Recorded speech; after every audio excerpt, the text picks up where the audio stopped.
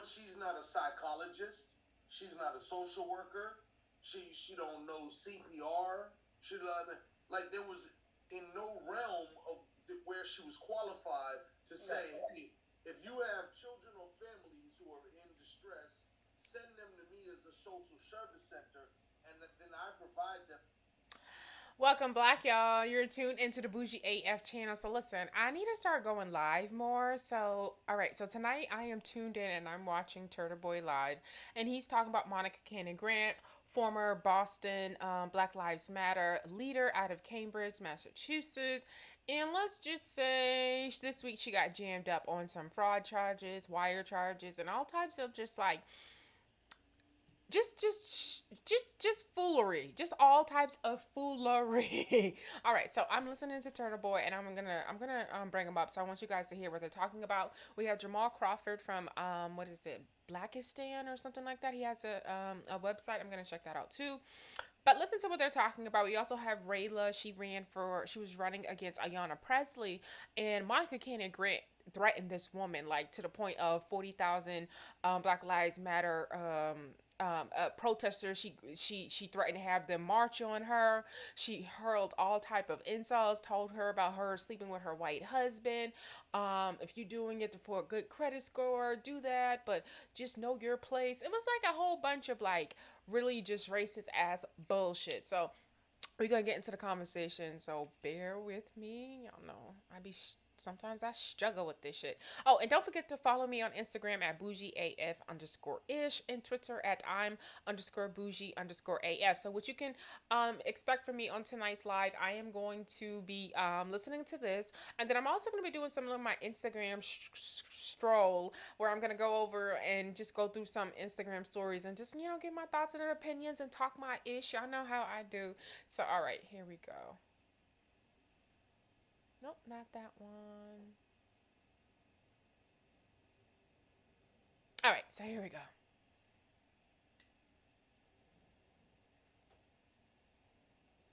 You need us, but then they keep taking and taking away. Instead of actually going out there and implementing changes and doing what they're elected to do, they go and purposely hurt the black community, hurt the inner cities, and they do it in intention to keep you just completely on their plantation. It is that they are racist completely towards the inner cities, and you can see it in what they do. That is why you need to change. You need to fight against. You need to stand with people who are actually out there doing stuff. Hello, that'd be me. But can I just ask a question? So, you've obviously, you've supported in the past Julia Mejia. You've supported Ayanna Presley. Are you disappointed in their silence regarding this? Who are you talking to right now? You've supported. You were a Julia Mejia supporter, no? Like you were friendly with her. No, am I wrong? See what you just did there? Friendly with her or supported? Okay, so you didn't vote. You vote for her? You've never seen me in a T-shirt or a bumper sticker. I don't do that. But Rachel Rollins, you definitely supported. I supported Rachel Rollins in the degree. Once again, you will never see a bumper sticker or a T-shirt. I supported these people, in fact, of they are coming from the black community, and when we have certain people who are running for office that the community may get around, I'm supportive in that. Like I don't know how to. I believe this is happening in a lot of cities, like right now, when it comes to Black Lives Matters in those states, like right, the local chapters of Black Lives Matters, they're gonna get jammed up. I think for the weeks coming forward, I think we're gonna see a lot of more charges coming out. So I'm really not surprised Boston started it all, only because, like I said, she was just so loud and out there and just really disrespectful that I'm just not surprised by anything that came from Monica and what she's getting. Like, you literally threaten somebody, you're literally on people's payrolls, and whatever people feel the way they feel about Black Lives Matter. For some people, they think of them as like we think of the KKK in terms of like a domestic terror group, right? So some people do think of them like that, right? You have a group that is operating out of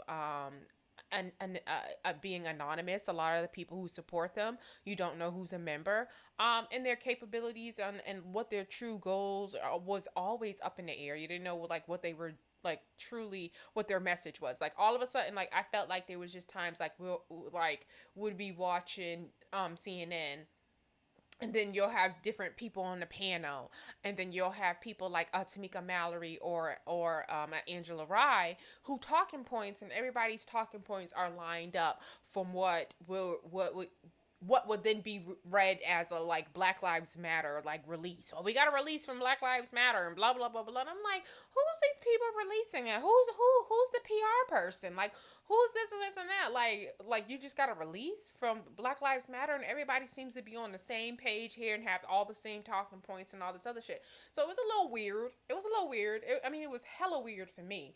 I don't know about anybody else, but it was hella weird for me. So I was just like, okay, whatever.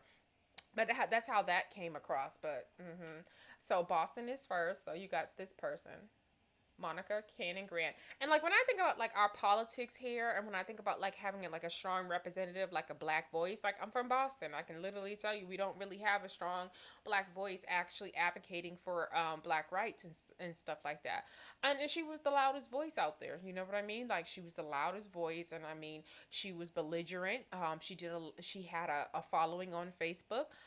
You know, she was just known as that. You know, y'all know the type around y'all way, big, tall, overweight, always just loud. That's how they get their attention, because they the roughest and the toughest. You know what I mean? That type. That was this type. Okay, but you give her a cause, and she gonna be screaming about that with that same type of intensity. So, all right. So let's see. Out to her is because she was being attacked at that particular time, and Rayla with her husband, her children. See, here, this is where it gets crazy. You know, for folks that would think that we're so many degrees apart, right? Because of whatever Rayla believes or whatever I believe, whatever. Rayla's my sister. Now, watch this. At the same time, too, Monica's my sister, too. Isn't this a crazy family? No. Well, but my point is that Rayla, in this particular point, didn't do anything wrong and was attacked. We don't claim all family, okay? And that's that thing. Like, and it's so funny that Jamal Crawford, like I said, I mean, I have no problems with the brother, but what tends to happen a lot of times, like even black people who have problems with each other, sometimes they'll do the whole, but you know, we all brothers and sisters, and let's not blah blah blah blah. And it's just like, you know, we're not at that place yet, and it's really fresh for Rayla. All that shit she said, all that shit she did. So it's just like, no, we're not going to sit up here and act like we're all related and that we're handling each other and as for family and we're loving on each other as family, when that's not what this woman did. That's not what Monica did. So no, we ain't family right now. We got a long way to go before we can start talking like that. I don't like when people try to like dismiss or minimize the situation by trying to evoke blackness into it. It's like, no, you didn't handle me in blackness. You didn't handle me in love. So it is what it is. I'm going to bed in about half an hour. I'm not going to do anything crazy tonight. All right. All right, Jamal, thanks for coming on. God bless y'all. Peace. God bless. God bless. All right, so let's get back to the list. Yeah, that was fun. I mean, it's a different perspective. You know, I like having that. So, so let's go on to number 7, Ayanna Pressley. That was number 7 on my list. So Ayanna Pressley, obviously the Ringo Starr of the squad. Monica first came on our radar because she threatened to murder you because you were running against, Ayanna Pressley. In a district that's like plus 50 Democrat, you know, it's good that you were running. You know, you and I disagree on that. I don't think a Republican could ever win that district under any circumstances. But this is especially after they redistricted and took out my streaks. yeah, Suffolk County is the most liberal district. The 7th congressional district is the most liberal district and the most liberal state in the country. So the odds are against any Republican that runs ever. And so I guess my point here is, it's silly for them to even consider you like that threatening to their establishment. But she considered you so much of a threat that she puts this video out. Play the video. This video's disgusting, y'all. Like, please. Fucking hands off. And then there's heifer running against Ayanna Pressley. This one here with the white husband.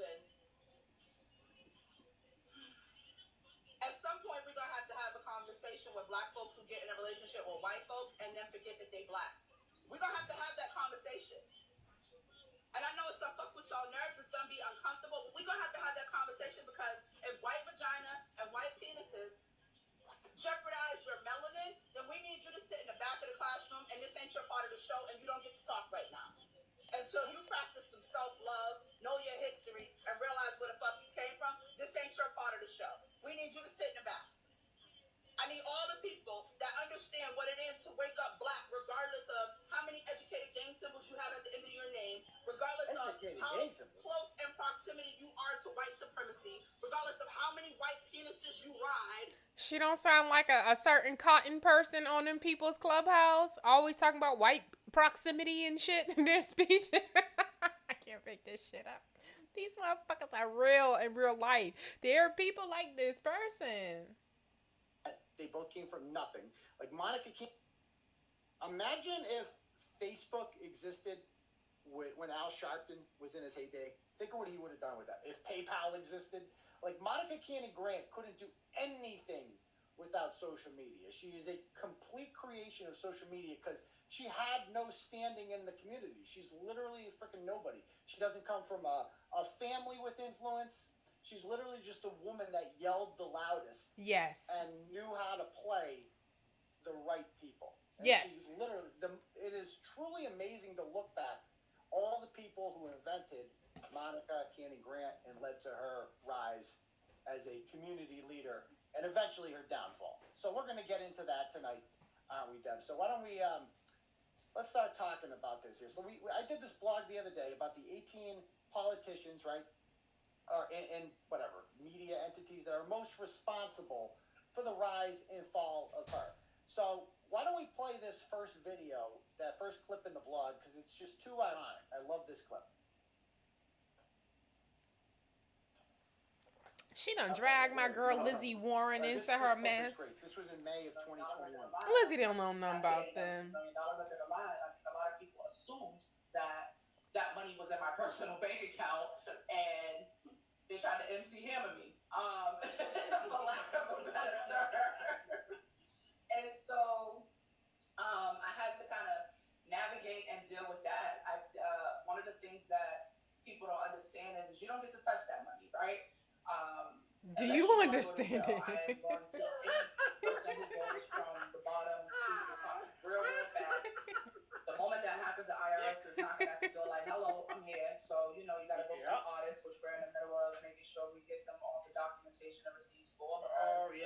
Get those documents. To a cool mill real quick. They want to make sure that it's Shake Shack. And so, those That's things what they want to are make. She really thought that they were auditing her to find out if it was crack money. It's like, no, they want to find out if you stole it. That's what they want to do. Like, no, that's not what they were doing this for. It's like she was completely unaware. Like, this is no big thing. Now play the second idea when she talks about the idea of being audited, because this is just the arrogance in this is amazing. That's not my story. The way that I show up and the way that I interact with people has to be a certain way, but it sucks. It sucks on so many levels. Because you want to be disrespectful. Your true nature is being nasty.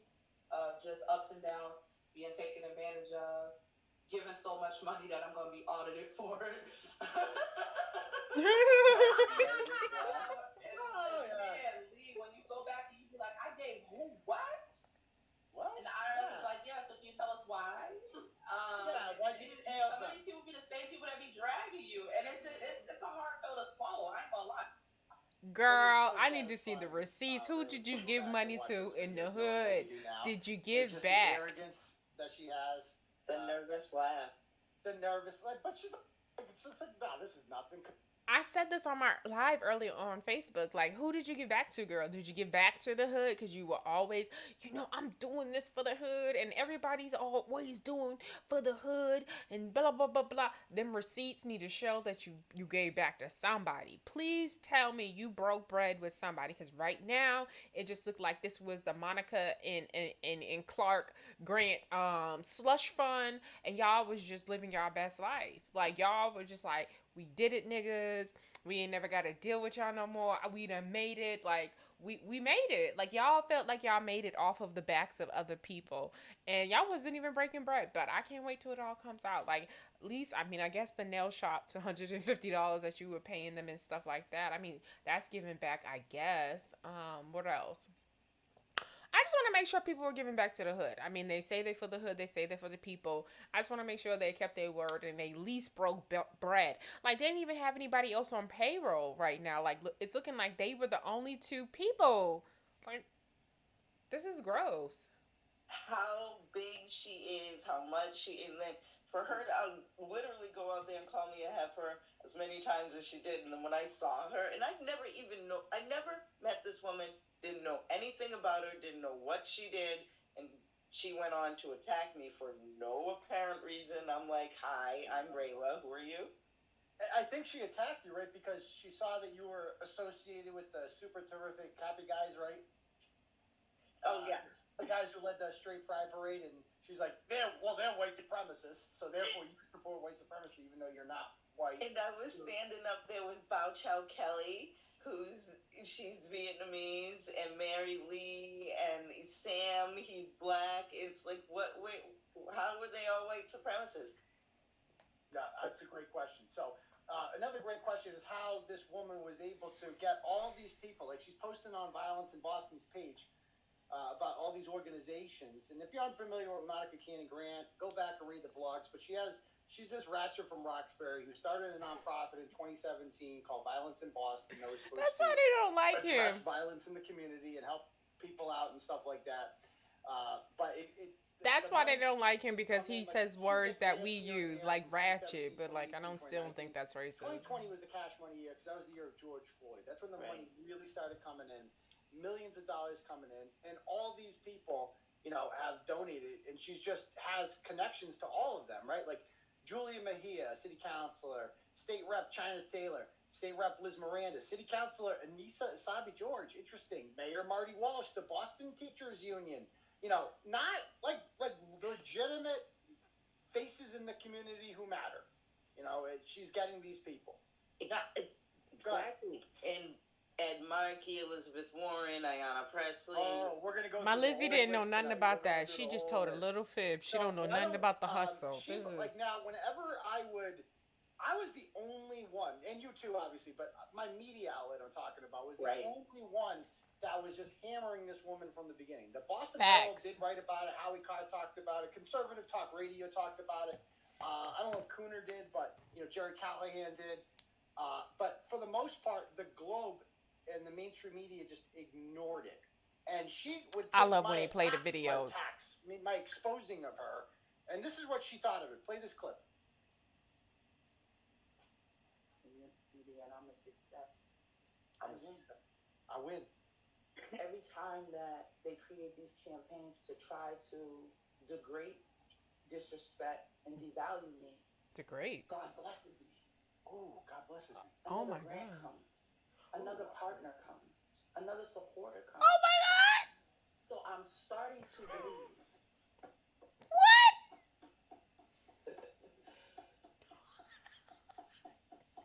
She has 8 more chins. Yeah. She's like, I'm starting requisite to my blessing. Just twisting this little bit. Like she thinks she's Jesus Christ. Oh my God! Okay, you can stop that. Look, that she's is like, sick. Like, every time you attack me, I make more money. That is sick. I'm basically Jesus. Like, this is divine what I'm doing. Like, this oh is my like, God. Makes me stronger. I'm following God's mission. She really, I truly this believe is that sick. she believes that. What did Violence in Boston do? It got a lot about gunshots. That's all. Well, what did she do? She tweeted about gunshots. Every once in a while, she went to BJ's and took a picture of herself buying a bunch of mac and cheese, feeding the community. They did a turkey drive every year. She tried to raise $100,000 for that. Only raised $25,000. Turkeys don't cost that much, by the way. No, they don't.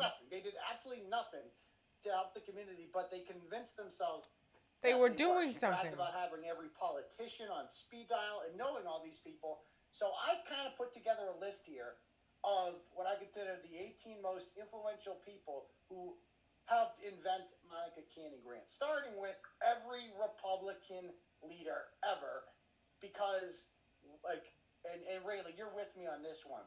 Where, like, there are 30-something members of the House of Representatives in Massachusetts who are Republican. I think there's, like, 3 state senators. How many did you hear condemn her after? And by the way, she was a surrogate of the Rachel Rollins and Ayanna Pressley campaign. She's not some nobody.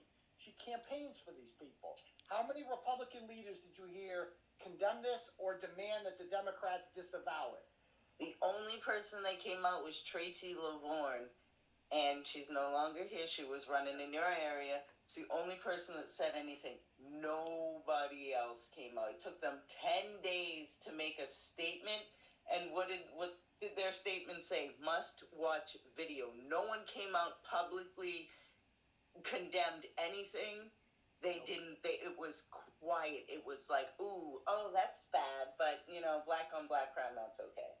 Right. That's and her son promoted black on black crime with some of his videos that he was making about gangster rap and whatnot. But the worst part is how much, if they actually stood up and they were defending a black Republican conservative and got up there and condemned what she said and what she did, how much attention that would have brought to my campaign. Right. But you can't do. No, I'm the new girl, and we don't want to protect. They don't like me. They don't want to do anything to help me. They want to see me fail because I'm not in their weird, creepy, crazy group.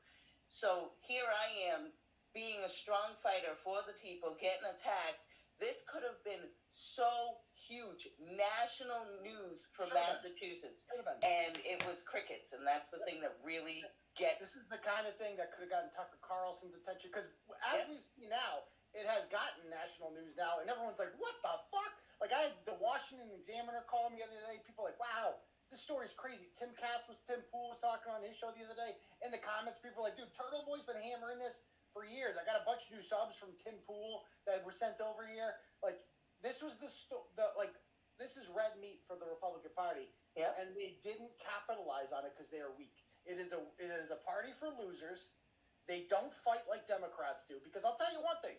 Whenever AOC gets her feelings hurt, or Ilhan Omar gets her feelings hurt after saying something stupid, Nancy Pelosi goes on the House floor and demands that Republicans disavow Marjorie Taylor Greene, or disavow Ted Yoho, or freaking the chick from Colorado there. We always have to disavow our worst people.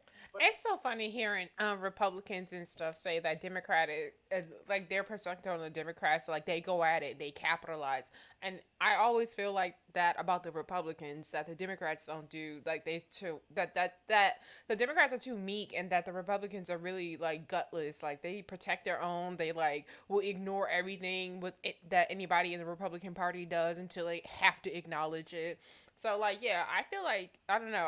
I disagree. I feel like the Republicans a lot of times have no scruples, and they do a lot of shit, and they literally get away with it, and they cover for each other.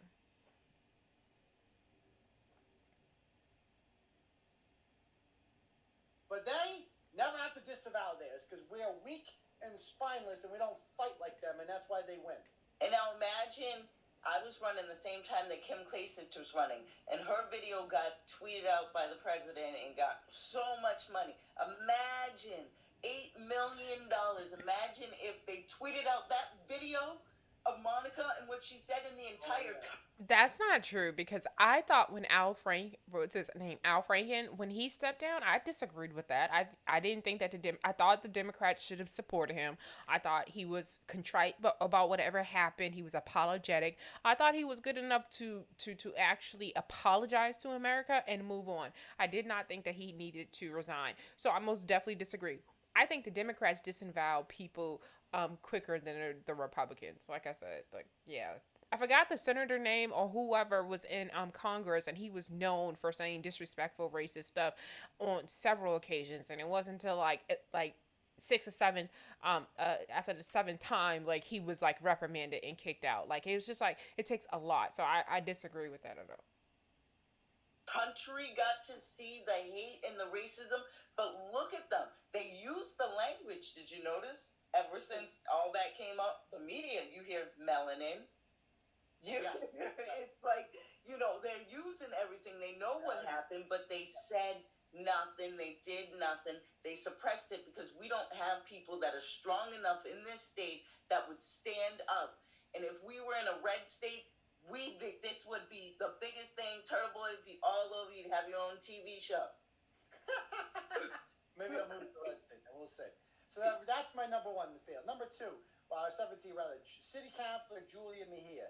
She's been on her podcast a bunch of times. She was at VIB grand opening. This woman blocked me on Twitter when I made her aware of what had transpired. And she continued to associate. And to me, that should be unacceptable, to continue to associate with somebody like Monica Cannon Graham. Absolutely. Number 16, we had a woman from the media here, Crystal Haynes.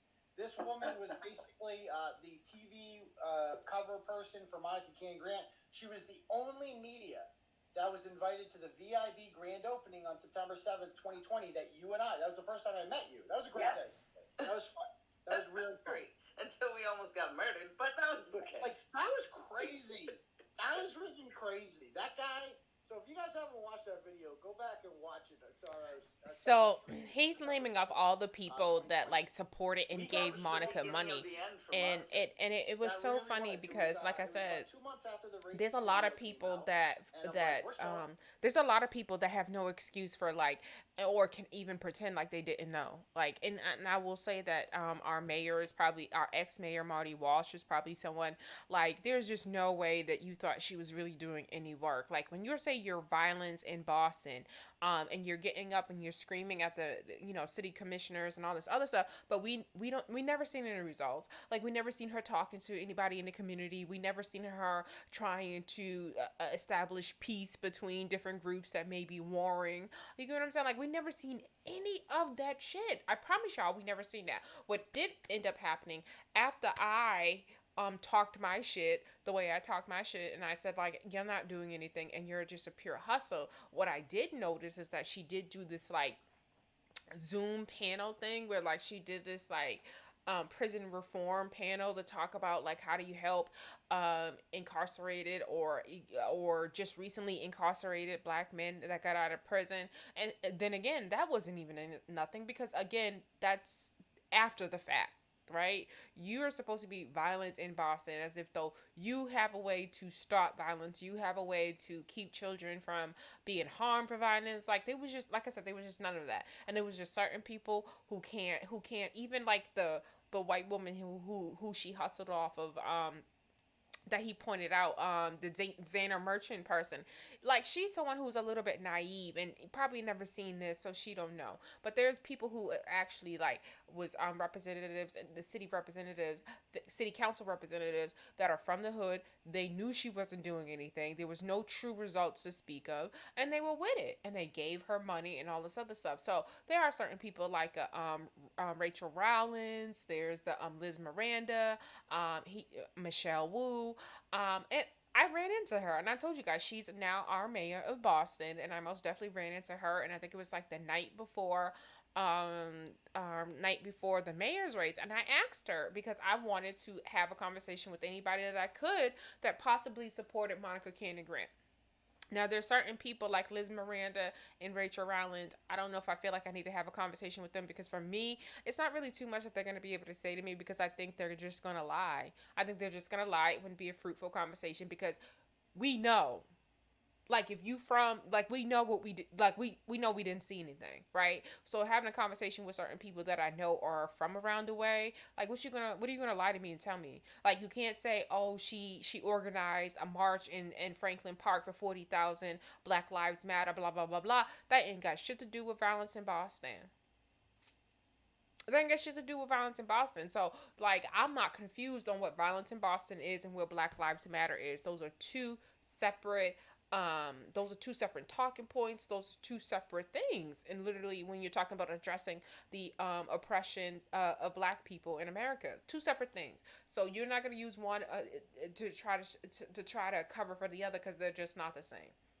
They're just not the same. You are supposed to be more grassroots in terms of dealing with our community, and that's what you're saying that you're about. You're giving back to the community. You're doing for the community. Blah blah blah blah. All right, so let's see where he's at, and then we're gonna dip off from this, and I'll come back. But I wanted to go to Instagram and see what's been in the headlines. Your boy Kanye's been messing up. They done release Jussie Smollett. Yeah, and it's just stuff out there that I just want to talk about. The most horrible racist shit you've ever heard in your life. No mention of that. She's like, oh, it's just nice. It's sometimes controversial. Yeah, because he's a useless show. Yep. You know, you got Tito the Moron, too, in there. Yes, you did. You had a lot of morons. So that brings us to number 15, NBC and Sue O'Connell. Can you play this? This is NBC's promo for the Violence in Boston Impact Center.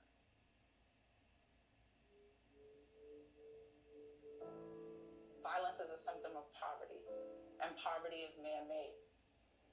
And by addressing poverty and the social constructs that contribute to violence, we minimize the crime. Am I going to stop every shooting and stabbing? That's not what I'm professing. If I can save or attempt to save one life from being killed or from being hungry or from being hungry, then my job is done.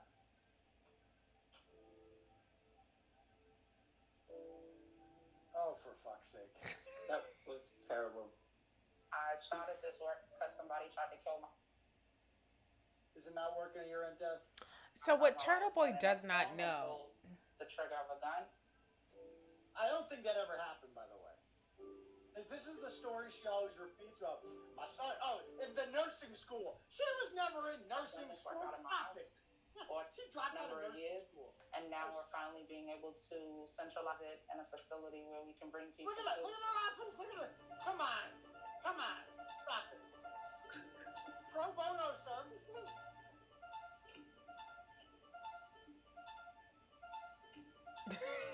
A studio. Look at all this shit.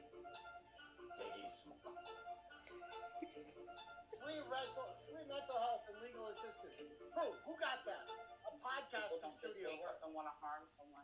It comes from a place of hopelessness. It comes from PTSD. From the work that I've done in the past with working with shooters, is that So that's complete bullshit. Obviously, that is a ridiculous narrative.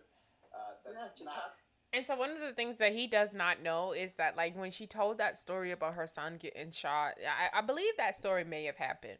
Like he said, she's always told this story. But the thing is, like, people have raised money for her to, like, move at one point in time. Like, there was, like, she has been doing this for so many years. Like, there was so much, like, oh, like, it was so sad and tragic that it was like, why don't you just move? Like, like, it was just like, she was showing up and she was screaming every morning. And it was just like, baby, like, nobody says you have to stay in the hood. You do not have to sacrifice your kids, like, to be around the way. Like, we know you. We got you. We know. Go ahead and move your babies out the hood, right? So it was always that conundrum of, like, we were always confused why she wouldn't move. Allegedly, she had previous GoFundMes to raise money for her to move, and then she never moved, right? So money was collected, and the move never happened, right? So she recently did move, I think probably like a year or two ago. She had moved, like, I think, possibly another town, and then that's when they moved to their home. So she got out, but, like, at some point it was just like, just go. Like, she was popping up with all these stories of her, like, her son being into things, and he's a gangster rapper too. She would just pop up with all these stories where her kids would be into things, and she's always painted it as though her kids are the victim. Like, she most definitely got that victim card thing going where, she knows how to do that. So every story, always the victim, always, like, something happening to her kids. And, there's always two sides to a story, so it just is what it is. But like I said, he's a gangster rapper. So, like, you can read between the lines of, like, what I'm trying to say there. It just don't happen where you not with the shits, and that's just is what it is. Same way as Ayanna Pressley. Yeah, that's all you got to do as a Democrat. Just keep talking that way. NBC is one of the worst news networks, in my opinion, and that's no easy task. They built her up. This guy talks about how shows her how she's, like, demanding the police get shit. Like, why is the media giving this woman attention? Who is she? And go down, this woman, Sue O'Connell from NBC, knows goddamn well who Monica is, and continued over and over again to give her a platform and build her up as a singular force of anti-racism in Boston and fixing the community and all this bullshit. So you can keep scrolling past all that shit. We'll just go to number 14. So that's NBC. Okay, on to number 14. City Council President and failed mayoral candidate Andrea Campbell. She's another no relation. No relation. Well, if you were related to Andrea Campbell, you'd probably be in jail right now because pretty much everyone related to her is, including her rapist brother. You know what? She has like a rapist brother. He was an Uber driver that goes around punching people. Yeah, not good. Not good. Yeah. So, she's out Boston there. got some shit with them. Videos came out and all that shit was there. She sought Monica's endorsement. And shockingly, she did not win. Okay, so that brings us to number 13. Let's go to number 13. Who's up for 13? Pocahontas. Now, not my Lizzie. That supported her. Pocahontas ran for president and shit. She's a lover or hater. Most of us hate her, but she is a huge. I love her. A brand in the Democratic Party, and she's just out here associating with trash. Grant, taking pictures with her, going on her panel. Lizzie, I could have hipped you to this. Money to it. This ain't it. Are you kidding me? So she's a fake Indian, so it goes well with Monica. And Monica's a fake civil rights leader, so. That is true. So that brings us to number 12. Who do we got for number 12? Michelle Wu. Oh, the teenage mayor, Michelle Wu. There we go. Michelle Wu, after, what's her name dropped out, Andrea Campbell, Michelle Wu campaigned with Monica Candy Grant, and she's proud to be in the tens of thousands following Monica Candy Grant. Maybe the Twitter handle @ProRockThrower should have given you a heads up that, this woman is bad news. Why are you throwing rocks, But then again, Michelle Wu was also standing there with Rod Weber and what's that? Yes. Who are known anarchist losers who go around lighting American flags. That's Michelle Wu, and then that is Rachel Rollins in the front. Exactly. Lauren Paspisa is an actual convicted. It is really interesting out here when it comes to Boston politics. There's these women have managed to make a lot of enemies, especially the Rachel Rollins. We have this gentleman in our city. And he literally shows up at her crime scenes and stuff like that, where she may potentially speak, and yells her business in the background. I wish I could find that. I wish I could find that clip. This dude is on her behind. He is on her ass. So he literally, whenever she speaks, Rachel, you're lying. Fuck you, Rachel. So they Cape Verdean, right? You don't know nothing about Cape Verdeans up in Boston. Right? So this is some Cape Verdean on Cape Verdean shit, right? Shout out to them peoples in them up him's corner, right? All right, so this is some Cape Verdean shit. So, right, we have a certain area where a whole bunch of Cape Verdeans live, and that's where these people live at, right? And so she represents, Rachel Rollins represents that community. She's a part of that community, her and Liz Miranda. So, I don't know what happens, but he shows up. His name is, what's his name? Zoe? I don't know. Dazito or something like that. I want to find him because he's fucking hilarious, y'all. Bear with me. Hold on one second. Let me find this shit. Because when I tell you, I'm not doing it any justice. But anyway, he shows up when she's speaking. At a press conference, there's been a tragic murder and, 2 people, blah, blah, blah. Here you hear him in the background. Tell him about your boyfriend in jail. Tell him about that. You're a liar. Shit is hilarious. We're really just trying to be here to support the community. Tell him about your boyfriend, Rachel.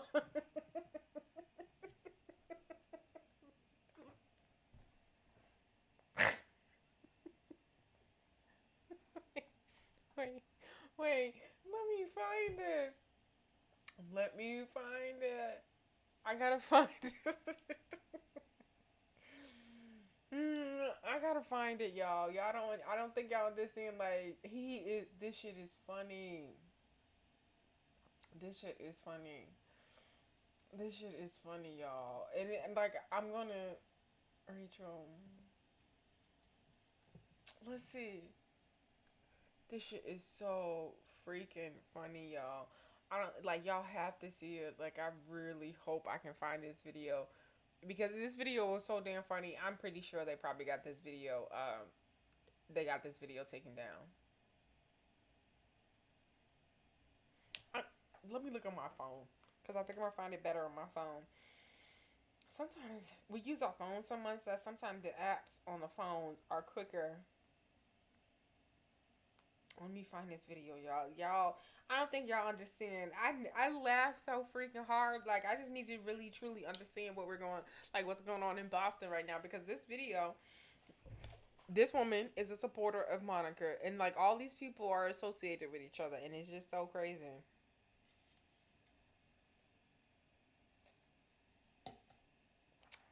Come on, come on, come on, come on.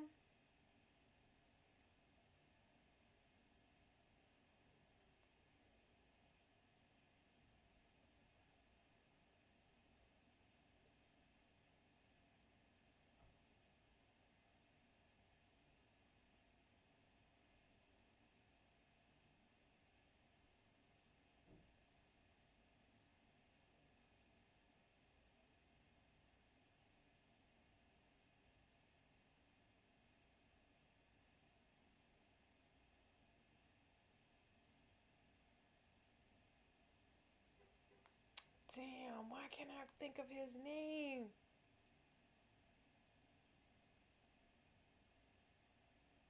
Because what ends up happening, his account keeps on getting deleted. You know what? I got it. I know how to find it. I know how to find it.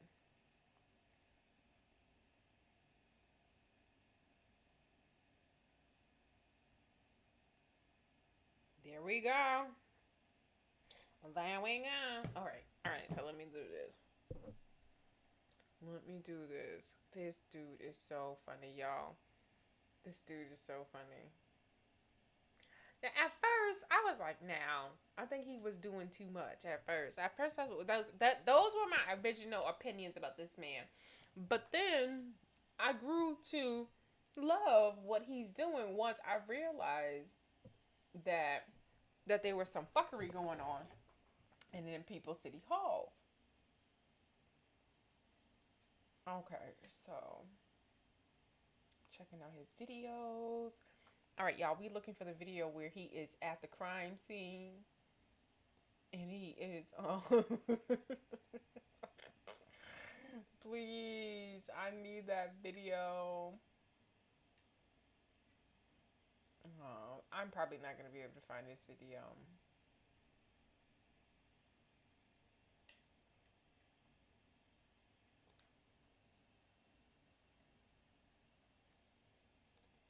I'm probably not going to find this video.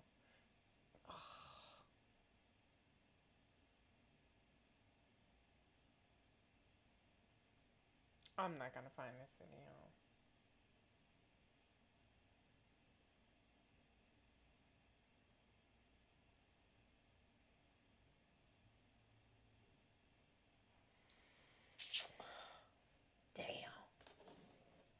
Y'all, this video was so funny. Like I said, he just stands in the background and he screams her fucking business, and I just be there. It's like, oh my gosh.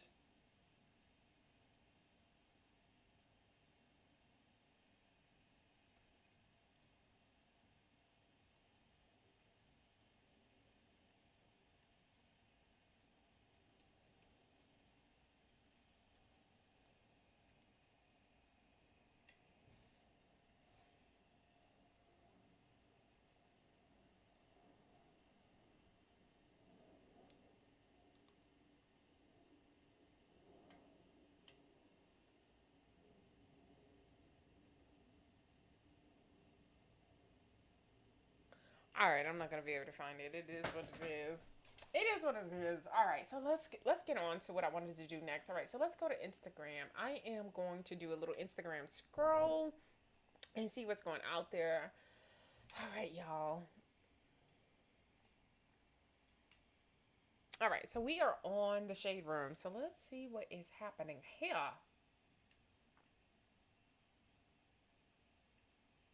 Let's refresh.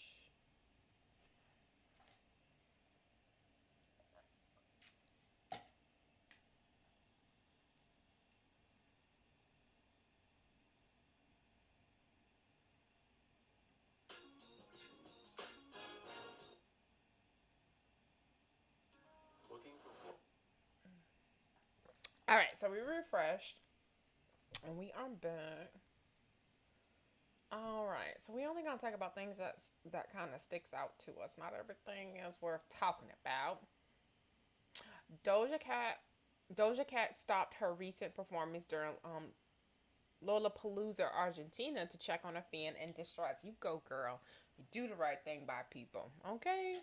Doja Cat is amazing, and I just think people are haters, and it just is what it is. Like, she's super creative. We see a lot of the girls are suffering with creativity at this point. Like, we gotta be completely honest about that. A lot of girls are suffering with creativity, don't know what directions to go right now. A lot of the girls are suffering with creativity, don't know where to go. Oh, y'all can't see it, right? Bear with me.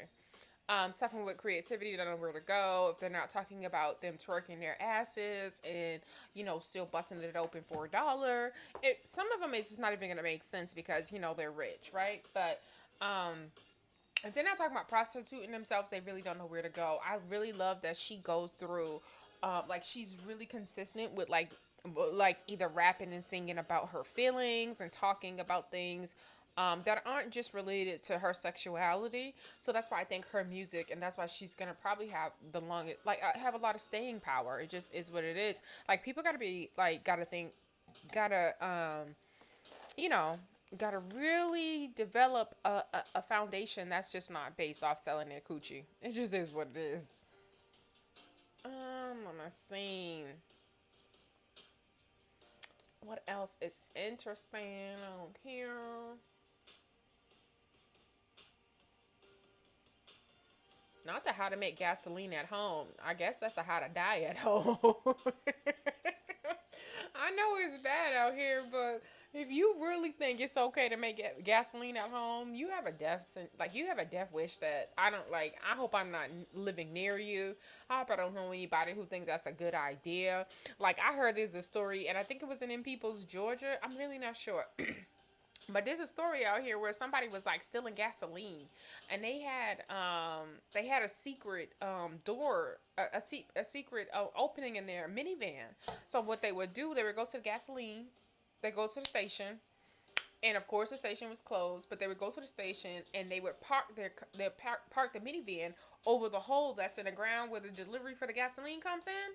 So they would park there overnight, and they would like, they would take the the gasoline from down in the hole, and they would steal it from the gas station, right? So they end up catching up to it because, of course, like any business, your profit should match the amount of how much your profit should match on how much has been bought, like, literally. So how much has been spent, like how much people have spent in gasoline, and your profit should match, right? So they have realized that, we got a few days where 360 gallons of oil is unaccounted for.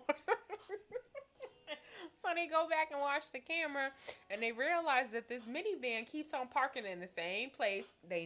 Nobody ever gets out, which means that they have a secret compartment in the floor of the minivan to go ahead and do what they were gonna do. When I say niggas ain't nigging, like, that is some really, like, I was like, sometimes I'm even like, it's bad, but sometimes I'm proud of us. I'm like, that's some creative shit, yo. I'm always, because when I first heard of people stealing from the gas station, like, I used to work for banks, so I'm just like, oh, okay, somebody got a little credit card, they want to swipe, and somebody else pulling up, they just constantly filling off like one card or something, and I'm thinking, that no, niggas are high tech. What the fuck are you talking about? We stealing it right out the ground. I was like, go ahead. All right, that's creative. All right, y'all, I'm just talking shit and having fun. All right, so what else is out here? Ooh, I don't know who face that is, but we are not clicking on that shit. That is gonna kill my mood. All right, so let's see. I see my boy Russell Wilson is going to Colorado, going to them Denver Broncos. Shout out him and Ciara. I was at a club one night with Glenn Baby Davis. He wasn't too nice though, but shout him out, I guess. So let's see what Ari is blessing us with. We're not gonna click on it. I don't care why y'all keep saying being a bad bitch has nothing to do with how you look, cause yes the fuck it does. But keep it with y'all fake humble and want to be accepted as. Now I do agree with that. Like I don't like that everybody is. I don't. No, like let's just call a thing a thing. Like there's no way that you can be a bad bitch and not look good. There's no way that I don't know. I don't know why people want people to keep on trying to like lower standards or like just not keep it real with people, but it just is what it is. I don't want to hear any more violence, but it's out there. Y'all see that? I don't want to talk about violence right now. Okay, so Trevor Noah said I said cancel, and I'm gonna do a longer story where it's not like just me like flippantly talking shit, where like I literally go through the article and shit. So, but Trevor Noah says I said cancel Kanye, not cancel Kanye. But Trevor, you don't get to control that. But at the end of the day, like everyone has tried that. Even the people who actually know him, that probably even consider him a friend, aren't saying anything, right? So they're trying to silently support him, not go against him, and hoping that he can balance out. And at this point, this is not about like, us, the outsiders, being able to counsel him, because we don't have any proximity to this man that any true counseling would help. Anything that we do, like that would encourage his behavior or make him think that it's okay, would be really, really bad. Right? It will really be bad for the people he's affecting. And at the end of the day, they also have to be considered. I'm not somebody that's going to be out here because it's Kanye. He's Donda's special boy, and that we got to not hold him accountable for his bullshit. I'm going to hold Donda's special boy accountable for his bullshit. Like, I don't care what nobody's talking about. Because like I said, there's other people affected. This is not just something that's just affecting him. And if that was, then, I most definitely could understand. But no, this affects his kids. This affects Pete. This affects Kim. This affects even like the people who love him, right? Because you see somebody like him and you want to help him, but until he's ready, you can't do anything. And that's just the reality of the situation. So you talking about counsel him while he's literally being manipulative. He's literally playing on a lot of black trauma that you may not understand because, I know you're African, but you may not understand, but he's doing a lot of damage right now in terms of conversations being had, in terms of, it feels like, there's a real split right now in a lot of conversations about like what to do with Kanye, because nobody feels like they're taking Kim Kardashian's place in terms of like the white woman place against another black man. But at the end of the day, wrong is wrong, right is right. And at the end of the day, Kim Kardashian is a mother of 4 black children, right? So it's like, I'm not gonna leave her out here to hang dry when I know that she married somebody who's just not well. I probably took on more than she could handle, and don't we all in relationships, right? Don't we all take on more than we can handle? So I most definitely understand, but I also feel like as though when I hear the things he complains about in terms of like the school and religion, and there's no God there and all this other stuff. You take your time and get to know people and understand their ideas behind raising kids and how they feel about exposure to things like the internet and stuff like that, and social media, and what they feel about school and how they feel about religion, and how much of a role will it play in the children's life. Those are things that you get clear about when you're dating somebody. But it never felt like, to me, and I'll be completely honest, I never thought they were a good couple for each other. I just didn't see it, me personally, right? And I think Kim, and I hope she's growing into the person where she's not always changing for the next person that comes in her life. And I thought that was, for me, the biggest turn off about Kim. Because immediately when, like, she got with Kanye, it was like, oh, Kanye upgraded her and changed her whole wardrobe and blah blah blah blah blah blah blah blah blah. And when you get into situations where you're giving up yourself, and that's not to say that he can't help her evolve in that sense, but it was just really put out there as though she changed to be with him, and she changed the way she dressed because that's what he wanted. Now, if it was something that just naturally and organically happened, then that's cool, because that's what you do in relationships. Like, he's gonna be able to change something about you. You're going to be able to change something about him. But this didn't come across that way. All right, so let's go. Let's see what is else out there.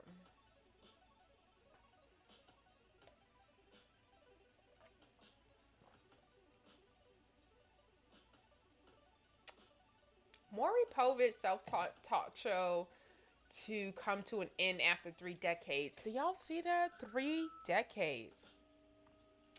Man, Maury was the ish. Like this is not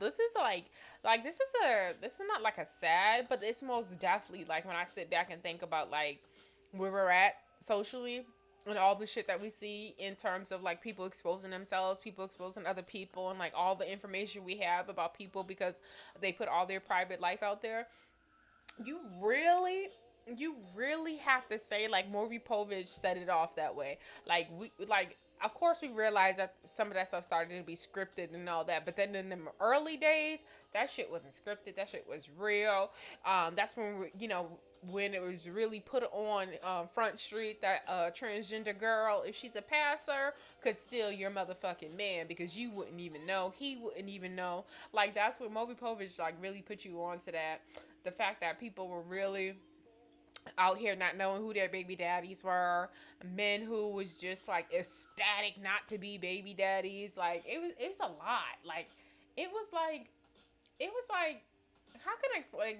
Maury Povich turned into like a scene from a Madea movie, like just really over the top, just over the top.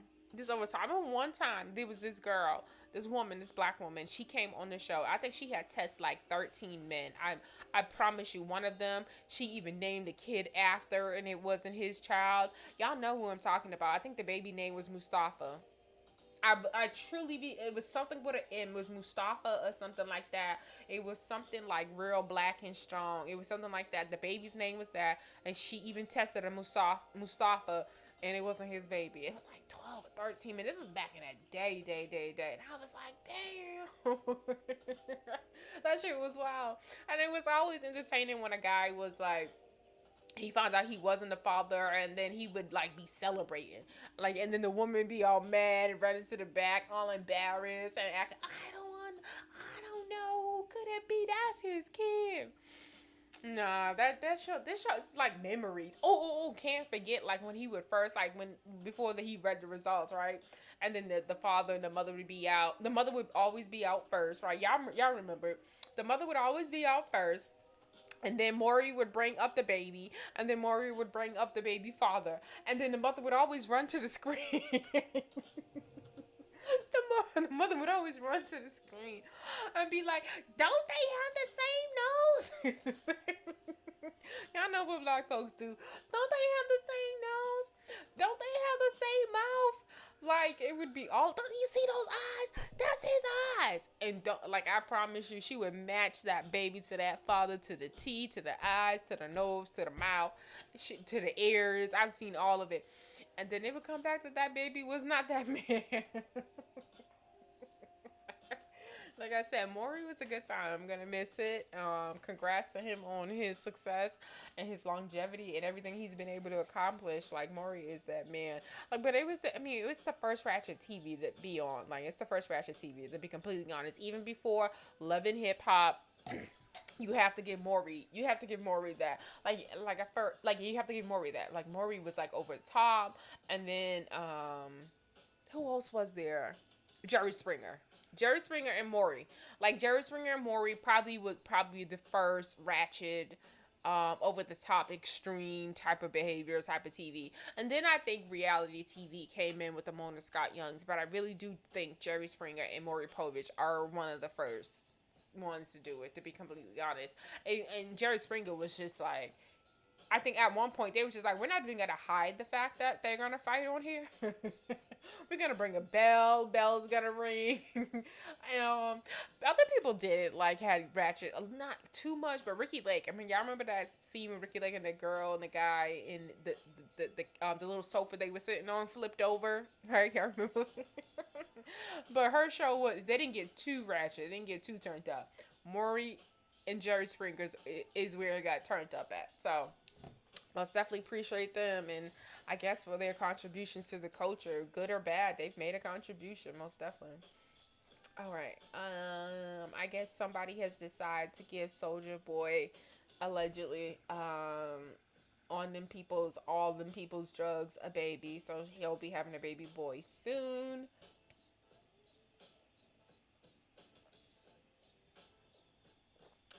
All right. So let's see what else is out there. Karma is undefeated from Tory Lanez. All right. Whatever.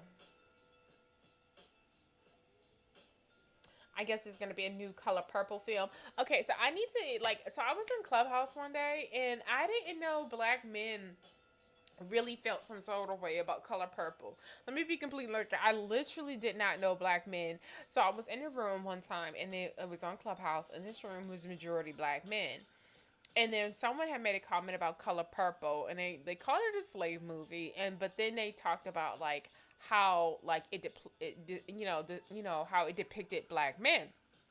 And my whole thing is, like, I really, it's a timepiece, like, right? So it's based in a certain specific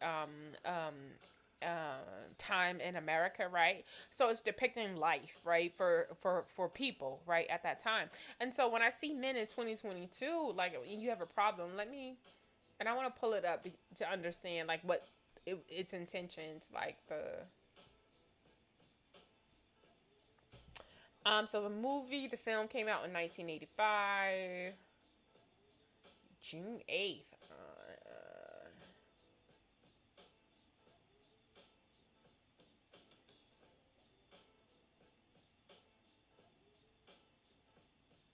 Okay, so it says here the 1982 novel, The Color Purple by Alice Walker, was inspired in part by the story that Walker's sister told her about a love triangle involving their grandfather.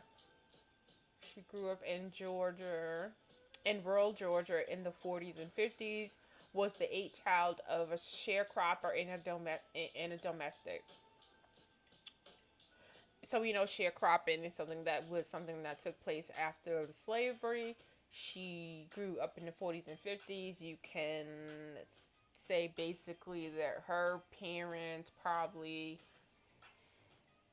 was born in the 1920s. She 1930. So that's around the era that we're talking. So we're talking from 1920 to 1950 that potentially that this story is based off. And so the reason why I want to do that because the black men in the room I was really thrown off by so many black men just being like, oh, I don't like that story, the way they made black men seem and blah blah blah blah. And it's like a lot of black men are not in touch with the role they've played in society and the role they've played in terms of, like, if you want to talk about the breakdown within blackness and black couples and stuff. You want to talk about that?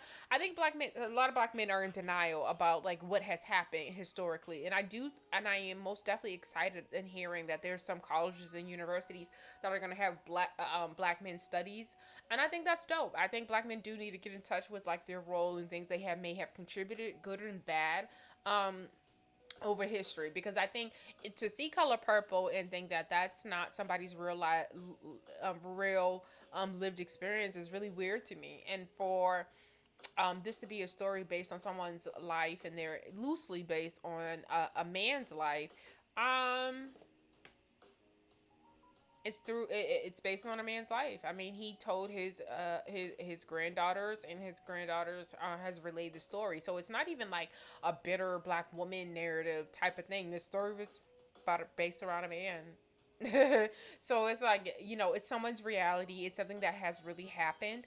And I just think that, if black men did a better job of understanding, like, literally outside of trying to blame feminism in the 70s for what has happened to black families, they would really understand that the black family has always been broken in a lot of ways. We were set up broken, right? So to think that, it happened in the 70s, that's no. And historically, if you go back from, families being split during slavery, we were always broken. We started off broken, right? People got split up from the start. So when I hear people say, "Oh, the family and the breakdown," there's always been a concept. There's always been some type of single mother, single grandmother, single something that has been prevalent in in our community, right? So there's no one specific decade that happened. There really isn't. It's been a part of who we've been in this country forever. I think I even sat back and I was listening to Maya Angelou talk about her I think it was her grandmother and how she left her husband and was a single mother of her two kids. She left her husband and she gave the date of 1920. So you have a single mother who ended up raising her kids. So what I'm trying to say that there's this narrative a lot of times with black men when they talk about this like community that was just like unbreakable, and there was just not and not the reality of hardships that a lot of women suffered at the hands of men, through them leaving or having to leave them because of whatever reason, right? And the Maya Angelou story and her her grandmother, is a dope story. Like talking about her grandmother's entrepreneurship, and we're talking about 1920s and her owning, owning a part of the town and stuff like that. She was able to rise from that. I think it's amazing, and it also defeats the narrative that black women weren't working. Like, it's so weird. Sometimes I'll be in Clubhouse and there, baby, so many black. Oh, back in the day, women were at home and our children were better taken care of, and they were able to tend to the kids, and it just was just better overall for the community. And it's like, are you out of your mind? The time frame that they're even alluding to would be like 1970s, would be that same time frame we're talking about. That's when everyone likes to talk about Gloria Steinem and the feminist movement during that time, and how that was the decay of black families and stuff like that. We had already started decaying. Like, that's just bullshit. That's just men just not want to own their shit. Just not want to own their shit.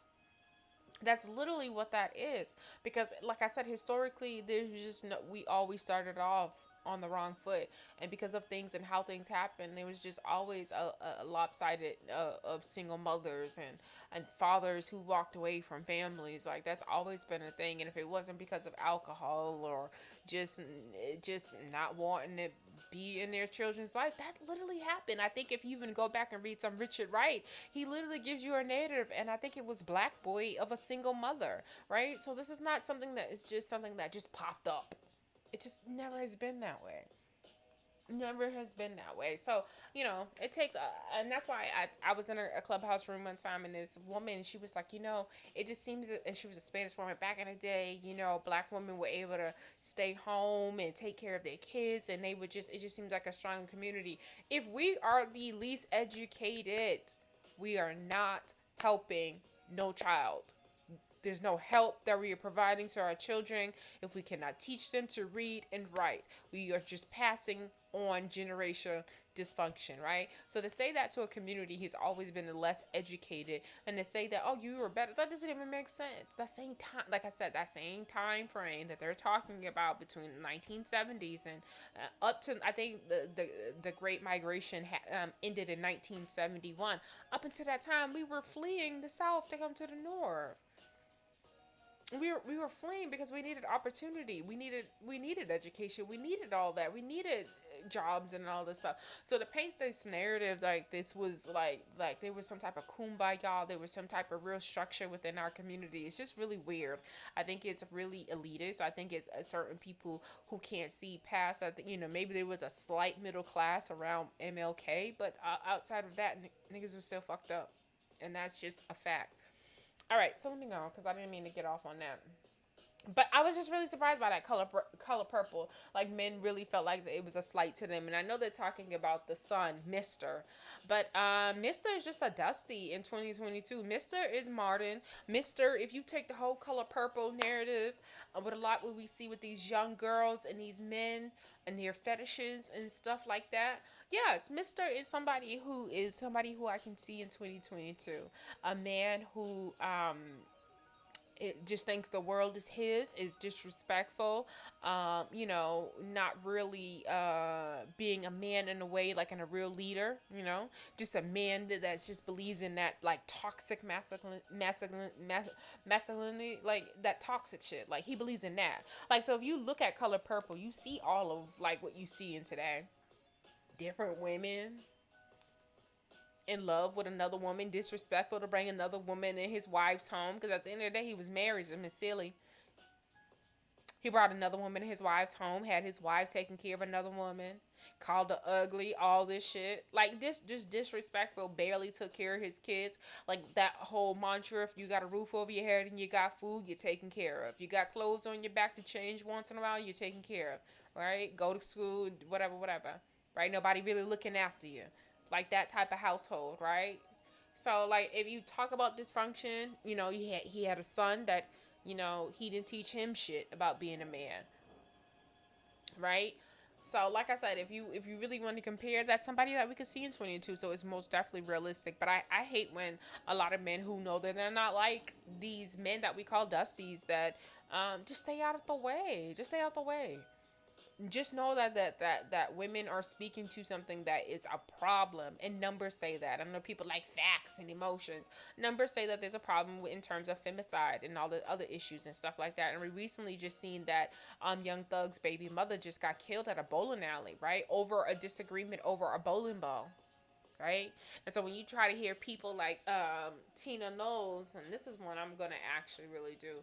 Tina Matthew Knowles talk about the fact that, oh, black women, you don't be scared of our men, love our men. They're not, you don't have to fear them. I have to say bullshit and you're out of touch. And I actually have to say that it's really, I remember that Tina had came out, Miss Knowles, and I want to be respectful because I got nothing but love for Beyonce, but I remember Miss Knowles came out and she was talking about when she first married Matthew, how she knew she was in trouble. She knew she basically had married a cheater, philanderer. Like, she knew she was in trouble with, her choice, but she stayed in there, and it just is what it is.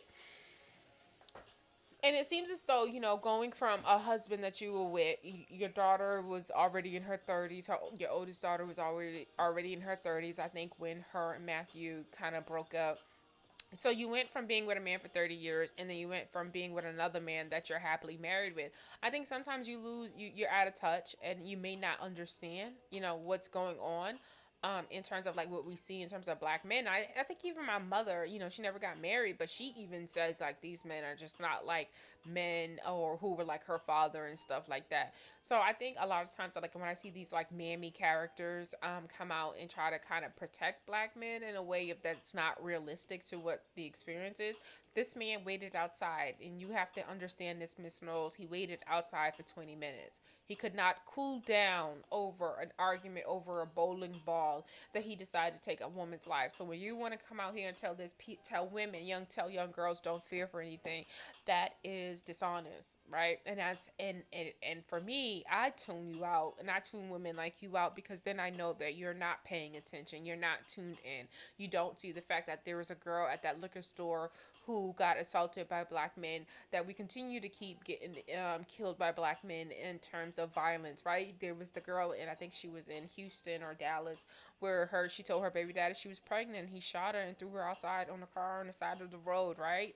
So you have that man who walked into his ex-wife's house, and after killing his pregnant girlfriend, walked into his ex-wife's house and killed her, right? So at the end of the day, that the reality says that there's a problem. Like facts say there's a problem, right? So I just think that sometimes people have to get out of the clouds and get out of looking at things through their situations and look at real life. Look at real life. Just tune into real life. All right, so let's see what else is going on. I am not listening to Nicki Minaj and Coi Leray. And I think Nicki Minaj should do a little bit more in guarding her access to her talent, access to what she'll show up on. I'm going to be completely honest. I just don't think Coi Leray's music is, or she has put enough time in to have a Nicki Minaj feature. I don't think you just reward people for mediocrity. And I think when you think about Coil Ray, I think that's mediocrity. I'm not gonna pussyfoot around that. I'm not gonna not say that. That's mediocrity. And that's why I said to you guys, in my previous videos that I was gonna stop covering it because it was just so fucking funny. Y'all know how I had that T-Pain. I had that T-Pain clip when he was like, do something else. Because that's literally how I feel about it, right? So when you talk about someone like Nicki Minaj who takes her craft serious, and that's really, an artist that really creates, I'm just like, I don't know. I just think you should just be choosy about where you show up at. That's just me personally.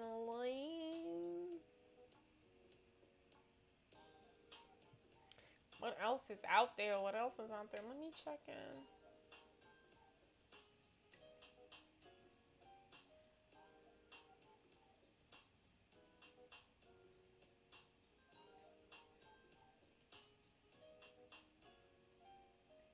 Let me check in. Okay, so let me go here.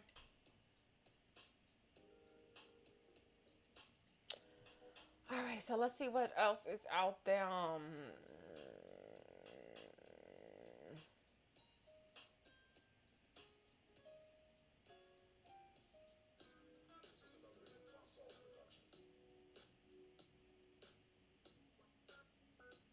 I hate reading anything with the game. I think the game is nonsensical. I think the game thinks his rap abilities are greater than what they are, and I'm just gonna be like, I think he's mid-level rap. I think his delivery is pretty average. I think you could find his type of delivery in rap anywhere on any corner. Can he create a dope song? Of course. I mean, he has hits. But I really think he really feels himself more than I think he understands, like than people really feel him.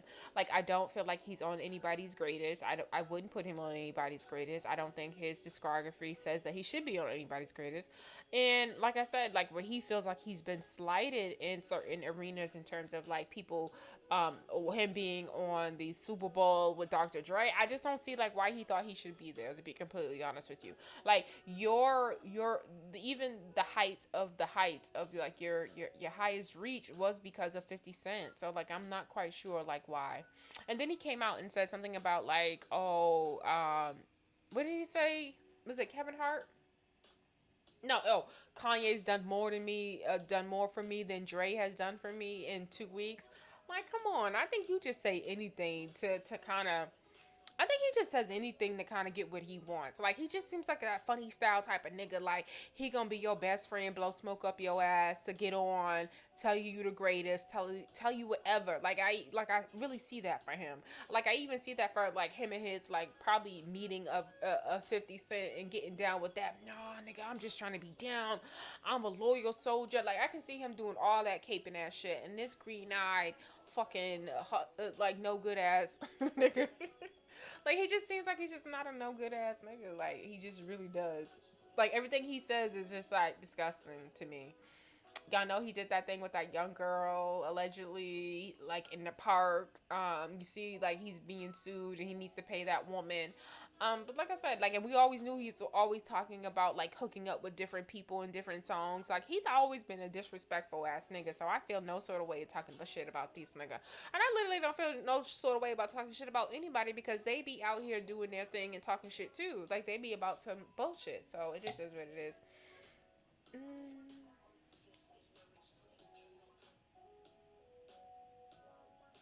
Congrats to Eve. Y'all heard that Eve and Keisha Cole's story about Keisha Cole said she smacked some woman because she grabbed Eve's purse, and then Eve stopped talking to her and was out here talking about, oh, Keisha be out here wilding and smacking people. I fucks with Eve. I didn't like that versus battle. Stop giving versus battles to people who needs a coin, and we know who needed a coin at that time. Like, stop that shit, because that wasn't even a fair matchup. Two different type of breeds of women, two different types of lyrics. Like, that just wasn't even that. Anyway, so Keisha Cole comes out and tells that story, how she slapped this girl and Eve stopped fucking with her, talking about, she's out here slapping people. And I remember saying to myself, And Keisha Cole was like, I had to grow and da da da. Like Keisha took the story, took it really personal, internalized it, and felt like she needed to change. Now, I'm not out here saying that anybody should be out here smacking anybody. I'm not out here saying that any celebrity should not know or be aware of the fact that they are a celebrity and that, that they could get in more trouble for anything that they do. I'm not saying any of that. But I think it's human nature, and I think it's you want to protect yourself. When I say human nature, or protect somebody that you know, I don't necessarily think it's a sign of them being irrational, ghetto, or a bad look to be around, that someone will go out their way to try to protect you, right? So I thought that was a little weird that Eve did that, but I also think that sometimes when people are trying to go for that, like, climb, when people try to go for, like, do that whole climb thing, I think they try to develop, like, this fake, like I don't know how to explain it. They try to develop this, like, over refined, that's what I'm trying to say, like, they try to develop this, like, over refined persona. So with that being said, they kind of come off as very, like, oh, I'm too goodish. I'm like trying to evolve into that person. And I feel like that's what the fuck that was, because I didn't feel like Keisha did anything wrong. I don't give a fuck if we 75 years old in a nursing home. Keisha, if Miss Irene over there go for my purse, I think you should deck her. Like, I'm gonna be completely honest. Now, of course, I'm being extra, but I'm being, like, I just didn't understand that. Like, that's not an indicator that this person is unhinged and uncool, doesn't have, is not well behaved. Like, what is she supposed to, like, if she grabbed your purse and swung you down and hit you, like, you just never know. That's a stranger. So that action by itself is violent to me. Please hit her if I don't see her coming. Like, I don't even understand that. This is why I say, like, sometimes you just gotta not let people, like, cast their or project their bullshit on you, because I literally felt like that was some climb shit. Like, she out here trying to climb and trying to make herself seem as though she's not, that pit bull in the skirt type of female anymore. You get what I'm saying? So I'm just moving differently. Y'all know what they do. I'm just moving differently. I'm just out here glowing and growing. Y'all know that shit. I don't behave. I don't do those things anymore. I don't go. What? Stripper? What is a strip club? Like, I'm pretty sure Eve is like, what is a strip club? I'm married to a millionaire, billionaire. Like, what is a strip club? Like, what is wings? Hot wings. Like, what is that? Thirsty Tuesdays? Like, what? I've never heard of that. I bet your Eve is all on all that new uppity shit. So, Keisha, don't be internalizing people's shit. I think you need to, you good enough the way you are, and that's just that. What's it? Shinsia reportedly faces 10 million copyright lawsuit for allegedly sampling Soca song in Lick without consent. I mean, I would play it, but I'm not. It's not a good song. It's just not. And it's not a good song. And she's very talented, but I was confused. I thought we were gonna get more of, like, what she did in that was that Flex freestyle. Now she was coming like that, like, oh yeah, I would love that shit. But it seems like she's more of a pop artist, so that was misleading.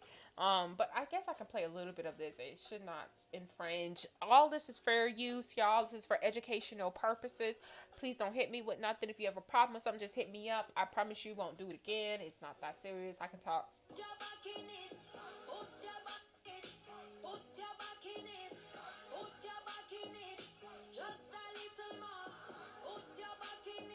So that's what she copied, and I guess this is the real song.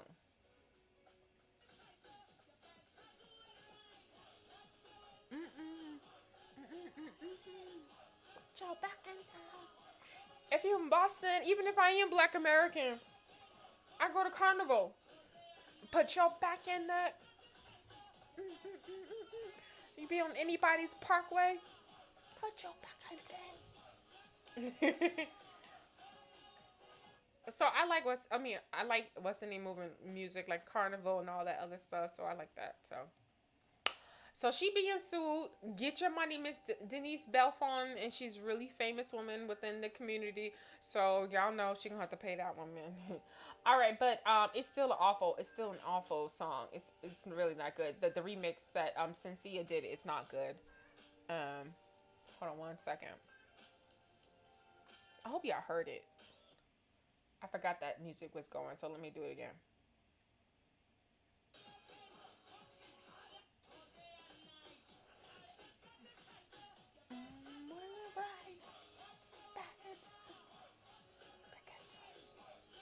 Okay, so that's Denise's song. And this is Sincere. What's her name? Sincere song. Put your back in it. Put your back in it. Put your back in it. Alright, so let me see what my co-hosts in the audience are saying. Formalities, she'll be okay. Sound the same to me. Yeah, this definitely ain't a reach like most of these situations be. Okay. It's really not a reach. Oop! It does sound the same. Yikes, definitely sound the same. Knew this was coming. Okay. It was coming. It was coming. Well, that'll do it. These artists don't know to clear the sample first. Girl, London didn't tell you about them copyrights? Was London on the track? I need to hear Meg part, but why she copied that lady's song? But yeah, why did she copy that? Nobody wanted to hear that. No way. The song was terrible, honestly, so. Sis copied the whole damn thing. Yeah. Damn, it's the same. Yeah, it's really the same song. I didn't like the song. Like, I did review it, and it's just like, no, that's not it. That's not it. I'm waiting for somebody like Queen Patra to come on the scene. Like, that shit is still fire to this day. I will watch Patra forever. That shit is just fire. Like, she's still probably the baddest.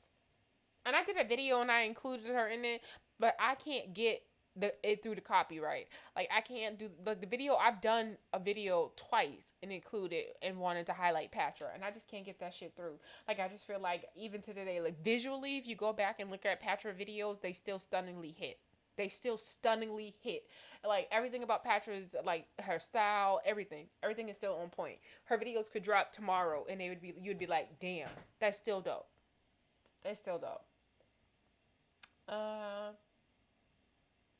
All right, so I don't want to talk about that. I don't want to talk about that. I hope Mimi's not on Love and Hip Hop anymore. Her and what's her name? Rashida. I can't take it. This was a really big deal, y'all. Yes, the House passes the Crown Act and banning race-based hair discrimination headed to the Senate next.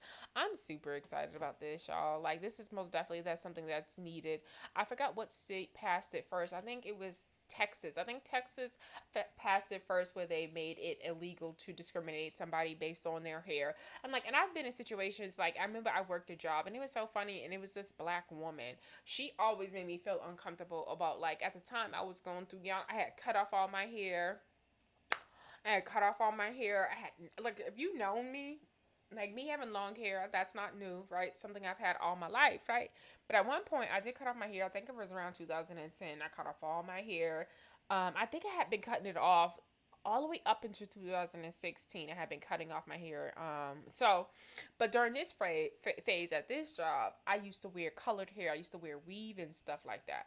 And she literally seemed like she had a problem with me being kind of urbanish type of way, because I'm not a hood rat, like, by no means necessary. Like, I'm not a hood rat. I don't carry myself any of that way, but I most definitely dress a certain way. Like, I'm very stylish and stuff like that. And she always dressed like she was going, like, and ready to go to a funeral. She was always funeral ready dressed, right? So y'all know what I'm talking about, like pantsuit pants, like really bland, like Marshall shirts, like, and shit like that. Like, she always dressed like that. And so I think she literally had a problem with me because I just was expressive with wearing red in my hair. Like, if red sometimes, like, I would have sew-ins and stuff like that. So it just seems like she was just like she turned her nose up. I mean, y'all know them black folks. And it be your own fucking people, yo. It be your own fucking people, right? So even though that's just it was like my personal experience, no one ever said anything to me about my hair, but it was most definitely I felt like she just like was judgmental, and it wasn't just me because I remember I asked my coworker, I was like, she like was judgmental, like if you ate, like how I would eat my like what I would eat, she would be judging that, felt like I should eat a certain way. It's like I come to fucking work, like, and I'm not coming here to meet like I'm not coming here to even be your best friend. I'm not coming to work to I'm coming to work to be myself. So I don't feel like I have to check off all these personal check boxes in terms of like just being able to go to fucking work. Like how I do on my hair, what I listen to in my private time, what I talk about on my private time. Like that's not my employer's business. And I think that's just another way for these employers to discriminate, right? I was in a room the other day and this guy was like, "Well, if I think you're racist, I don't have to employ you." And I didn't know what the fuck that meant because, like I said, everybody's definition of racist is so different, and it seems it's just so different, and it's being interpreted. Everybody's definition of racist is so different. So if it's not coming through human resources, like I'm just not relying on one person just to feel like they're uncomfortable with somebody, so they just want to deem something racist. Like even if you have strong views about immigration, and even if you're not hateful about your strong views, people will label you racist. And it's just like, what is it racist about this person that you don't want to hire them? And for me, it's more than them just having an opinion. So I'm always interested on like what is it that somebody is so bothered about someone's difference of opinion. Do you have to like them? No. Do you have to associate with them on your private time? No. But if we are just talking about work, I don't think that should has to that shouldn't it shouldn't matter. So like I said, if we are just talking about opinions, if we're not talking about somebody who's making harmful comments towards a group of people in terms of wishing them death, or trying to advocate for causing a group of people harm, or trying to advocate for causing a group of people hardship, like if you're not doing that, I'm not quite sure like exactly what is it that you would see on somebody or from somebody that you would just consider racist if we're just talking about an opinion. Is somebody out there saying all these type of people is a certain way? They can have some prejudice, but I just don't think that's racist. As a like, I know there's times I have said some things, and I have to be mindful now because now I realize there's so many weirdos. I know in my previous podcasts and stuff, like I've mentioned some things about Asian people, and I think people have managed to take that and blow it into something else. But I also feel like people manage to do that anytime I mention certain things, like man, trying to turn it into like, oh, this person's being hateful, they're problematic, or they have a problem with. Let me explain it this way. I was in a room, I think it was yesterday or the day before, and we were talking about women holding other women accountable. Why aren't there more women that are leaders within the community that hold women accountable for their behavior? And I remember like my answer to that is like one of my sheroes, who is Mom's Mabley, is a comedian from back in the day. I think I'm talking about back in the day, 1950s, 60s, and I think she ended up dying in 1973. And it was just her birthday on the 18th, so shout out to her. But she was a comedian, and she was famously known for being an older woman, and I mean older woman like grandma age. Now she took that persona on younger than like she took that persona on of being old, when she was a young woman. So that's literally how she became famous. Like she transformed, and her comedy style came from her being an old woman, and she would tell all these stories, and she would talk to women in a way that they could receive it when she was in an older character, like when she played her older women. She said they couldn't receive it when she played when she was her younger self, right? She didn't like, the women didn't like being talked to a certain way. They just could not receive the message, because it becomes a lot of who the fuck she thinks she is, right? It becomes a lot of that. So a lot of times, like, people have a hard time hearing that message from certain people, right? And so, what that being aware of that, I think when it comes to like women and critiquing other women and saying my opinions and stuff like that, I think it just hits hard because it's coming from another woman. When people are more comfortable with an idea of a Mom's Mabley older talking to them than they are of me. I'm competition. I guess I'm still young. Who the hell do I think? All that happens. I'm trying to think of who else can give advice and people take it the same way. That's why if you even think about Tyler Perry's character, Medea, she's able to do that, say all that stuff, and talk to people that way because she's older, right? So if this was a younger woman, she wouldn't be able to talk this way to people. And I think sometimes we fail to realize that even when it comes to like giving advice to people and telling people what you think, there's a lot of pushback on like, who do you think you are? Oh, I don't want to hear that from you. You ain't got your shit together and da da da. And that's why I always say, like, I'm not a self help person. I'm not out here doing that. I'm talking shit. I'm talking shit. I'm giving my opinion, I'm doing that. I'm saying I'm talking shit, not to say like, oh, whatever. I'm saying that because I don't want to be confused. Like, I'm not Derek Jackson out here. I'm not trying to sell nobody anything. If I can drop some jewels, somebody can pick it up. That's what I want. But I'm not. I want to be clear about what I'm doing. Right. I'm not trying to fool the people. Right. I'm not gonna open up a 501(c) tomorrow. And tell y'all I want to take some kids to Hollywood for a bougie retreat. Like, I'm not gonna do any of that.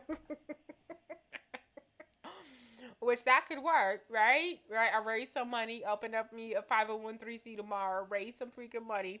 Tell y'all I want to take a group of kids to Hollywood because that would make sense on a bougie retreat. And the goal is to raise as much money so that I can take the kids out to the spas and the nail shops and take them to Rodeo Drive and take them out to eat so they can aspire to want to be something great so they can afford it themselves. And you know what I mean? I want to raise money so I can take the kids. Like, and if I do that, maybe I could do that. Something like I'm not trying to do anything like that. My point is I'm extremely clear about like what I'm doing in terms of like just trying to educate people and hit people on some shit that I see out there. So I ain't trying to fix your life. I am not trying to fix your life. Even if you even think about that self-help, you even think about all the backlash that Iyanla Vanzant says she receives for what she does. I promise y'all it's a real thing. And I think I wish I would have thought about that yesterday when those men asked me about that. But like it's not an easy thing to do. You get more pushback than anything. There's a lot of people who are comfortable and want to stay in their ignorance. Like, they do not want you to disturb that. And for them, if you disturb that, you are negative, you are messing up their vibe. They just want to be happy, they just want to laugh and all this other shit.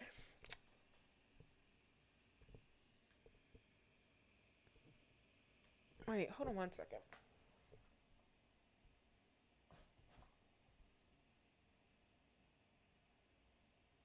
Laugh and some other shit. Some people don't want to deal with the seriousness of life. Like, I had an ex-girlfriend one time, homegirl, and more or less our conversations was like bullshit, talk about different shit on like people we knew, or talk about, like, when I say to people we knew, I'm talking about like random, I'm not talking about friends of ours, I'm talking about like random people who putting all their business out on the Facebook. But I remember our conversation could never grow past that because she didn't watch the news. I don't even think she ever voted. She didn't keep up with any of those social issues. Like, to her, that's not she don't care about none of that shit. And this is not, I'm not saying that out of judgment, but I think sometimes people don't understand like how they may limit people in terms of like conversation they're able to have with them, right? And I think sometimes so you try to meet people where they're at, and so that way you can connect with them on that level, and you just understand it for what it is. And I feel like there were so many different times that I felt like I could understand people where they are and where they're comfortable at in terms of conversation and their ability to have certain conversations, and I would adjust and be okay with it. I'm not saying because I feel like I was dimming myself or any of the other stuff. I just adjust and just keep it moving, and just know like we've never connected on any higher level or any conscious level, because like there just wasn't much there to connect to in that type of way. And I think everybody has different friends for different reasons and stuff like that. But like I said, some people just want to stay ignorant and they do not want to deal with having to deal with reality of different situations that are going on out here. And if, like I said, some people just be like, oh, I don't want to talk about rich people and what they got going on. I'm trying to get to it too, and that's respectful. But I guess more or less I bring this up. Like I said, I think people need to check themselves and understand that, sometimes people deal with you in terms of the range that you may have, and that's just that. Okay, Milan Christopher still out here fighting. We not clicking on that. Shout out to Dime Peace, and she got a new baby on her way. Her family is so beautiful. She out them people's Memphis too. Y'all remember her from Love and Hip Hop. Daddy Yankee announces that he is retiring after 32 years. I didn't know he was in the music industry for 32 years. And y'all know Mace is out here mad at Diddy. Like, so some of this shit I don't know to believe. I don't know whether or not to believe if it's for publicity, people trying to build themselves up. Yes, I've seen that story about Benzino. I've seen that story about Stevie J in terms of like him getting head in the interview, Benzino getting caught in the Red Roof in 2018. And Mace now coming out beefing with Diddy after being on tour with him. Like, it's just like a lot of weird shit out here. A lot of weird shit. I think I don't know what to think about it. I don't know if Mace is doing this to get a buzz, so he can negotiate possibly something with Diddy. I don't know, but it just seems really strange and weird. I think we all know who Diddy is. Diddy got into business. Like, y'all gotta stop letting these pro black niggas and this that tagline fool you. And when you're talking about swindlers and people who are in the community and hustling off the community, Diddy's most definitely somebody that a lot of people have problems with because them contracts weren't right. And this is my thing. And I know that, Diddy had lawyers and these people had lawyers, but don't talk that pro-black to me if you're not about actually also protecting your people, right? If you know you are servicing and working with a vulnerable community. And I'm going to talk like this because Diddy is somebody who is educated. Diddy is somebody who went to college. Diddy knows a lot of shit, and when you put him around a group of people who probably weren't exposed to the things that he is, like, you have the upper hand. And so with that being said, I have to feel like you took advantage because of having that upper hand in terms of having power because of your title within the company, and also because you were just educated and you just knew better, right? Once you take advantage of that situation, for me, that pro black shit goes out the door because your pro blackness should have kept kicked in, right? Your pro blackness should have kicked in, and to the point where each contract you did, you made sure, of course, you're going to make sure you come out, but you would have made sure that they also would have been not equally, but they would have also been taken care of in the long run. And he didn't do that. He didn't do that, so that pro-black shit is out the door for me, to be completely honest with you. You just did what the white man did to your own people, and that we just need to call bullshit when we see it. And that just is what it is. And there's several people within the music business that has done exactly what the white man has done in terms of putting people in janky contracts, contracts that don't serve them, contracts that don't set them up for generational wealth, contracts that don't even set them up for just any wealth at all. Right? So there's a lot of black businessmen in there, and we just gotta, it just is what it is. Capitalism is capitalism. I get it. You gotta get yours, but at the end of the day, we need to recognize you as a nigga that just out here getting his. I forgot which comedian it was, but he talked about people like Diddy and that, oh, I got you, call me, I want to do something, I want to work with you, and you never hear from these people, right? So that's just, it just is what it is. I mean, we literally sat back and watched it. We seen it with all of the shows he had, making the bands, and he always put himself and center himself around everything. And he was the least talented in that type of way, in performing. But yeah.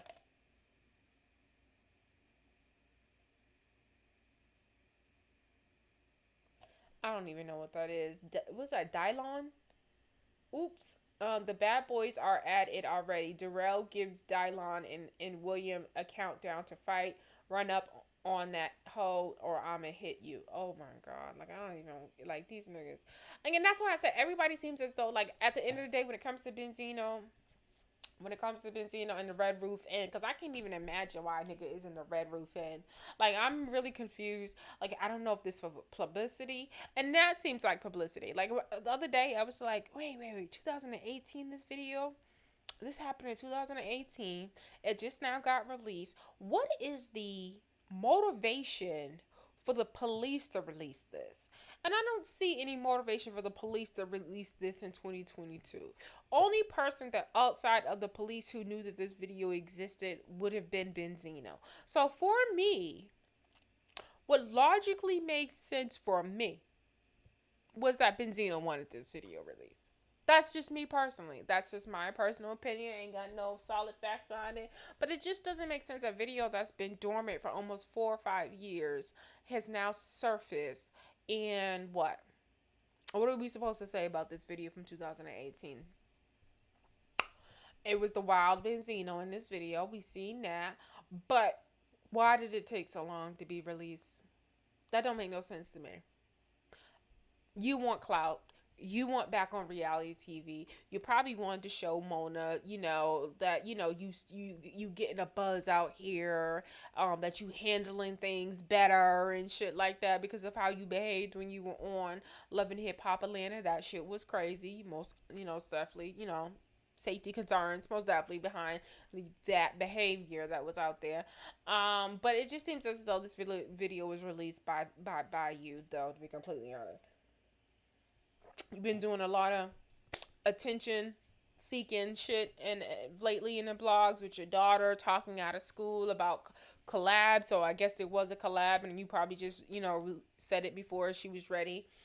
But yeah, you just seem to be doing a lot. You and your daughter seem to be doing a lot. So I think y'all are hustling and it's not wrong. But I'm going to call it out. That shit don't make sense. And I think the same thing about Stevie J. You're still married to Faith Evans and you're getting head on during an interview. I think you're literally trying to find a viral moment that makes you valuable in the market of potentially getting picked up for reality TV too. I think everybody's just out here, outside is open and niggas want back to that money. That's just what it is. I think people have gotten real desperate during these times. Money's running low, low, low, low.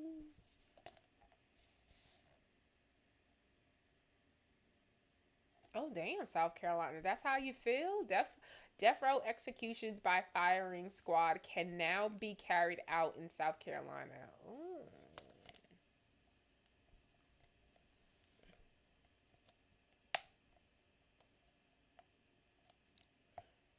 Trevor Noah, don't back up. Don't, like I said, somebody needs to say something to Kanye. Mental health, this is what I'll say about mental health does not give you the freedom to be abusive with your mental health. Oh shit. Oh no. Mental health does not give you the right to be abusive. It does not give you the right to think that you have the hold on 1 second.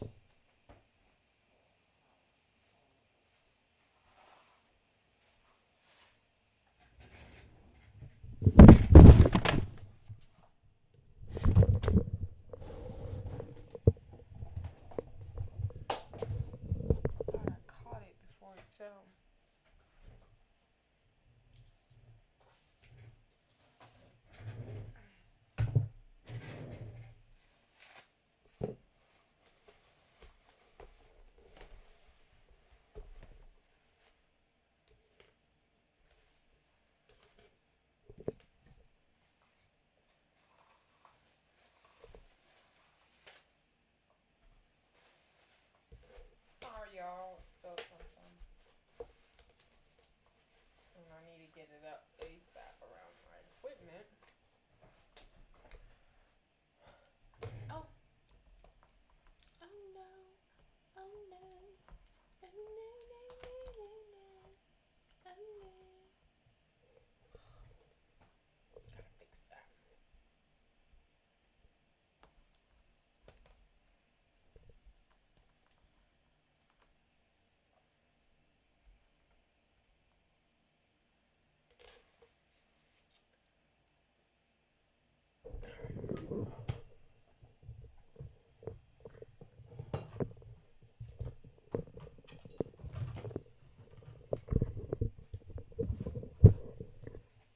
All right, so Kanye West.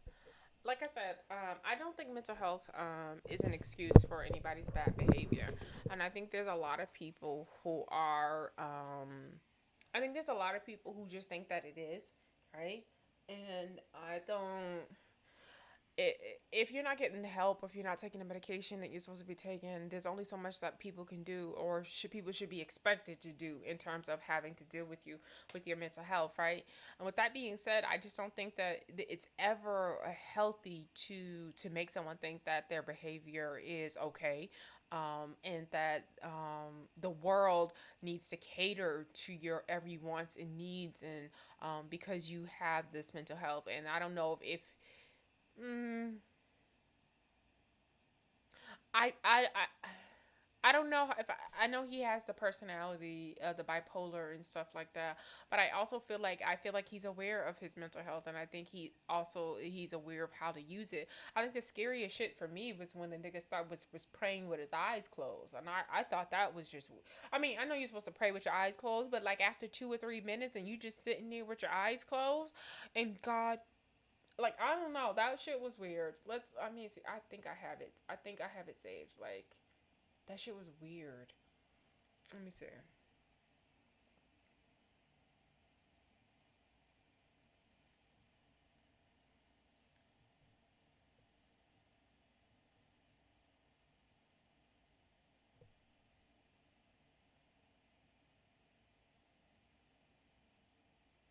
I'm trying to find a clip where he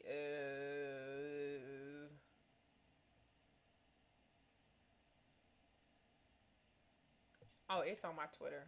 It's on my Twitter. So there's a clip that he is has his eyes closed and he's praying, God, I know you, like it sounds like he don't even know how to pray. Like it was so weird.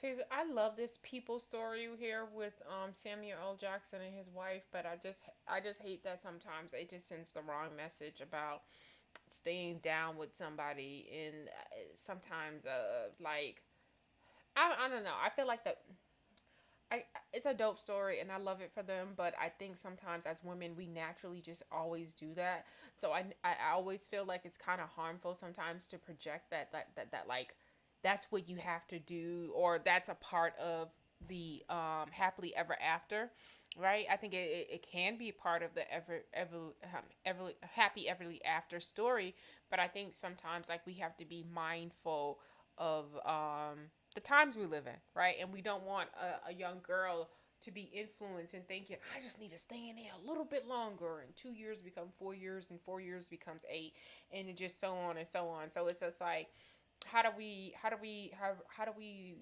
send the correct message with saying the importance of staying down, but also recognizing the importance of and when you need to walk away. And it's a hard balance. And I'm not saying that I think we shouldn't talk about those stories. I'm not saying that at all. But sometimes I just worry because there's somebody in a situation that's just thinking, oh my God, it worked for Samuel Jackson and his wife. It can work for me. And it's just like, ugh, different times you live in, and then how much has happened, how much have you experienced in terms of being set back by this person's personal demons and what they got going on with them. And if you don't know when you've made too many sacrifices for somebody, like that's you end up staying too long. And that's the reality of it. Like you have to you have to come to that place where you're just like, whoa, that's not it. I can't sacrifice that. Y'all, I don't know where it is. But there's a clip. There's a clip of him praying, and I shared it. Let me see.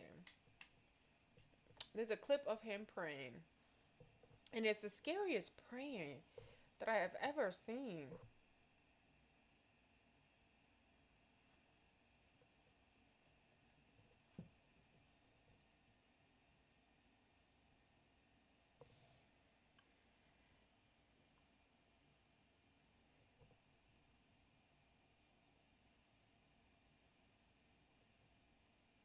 I wish my internet was moving faster, but it's not. No, it's not the one.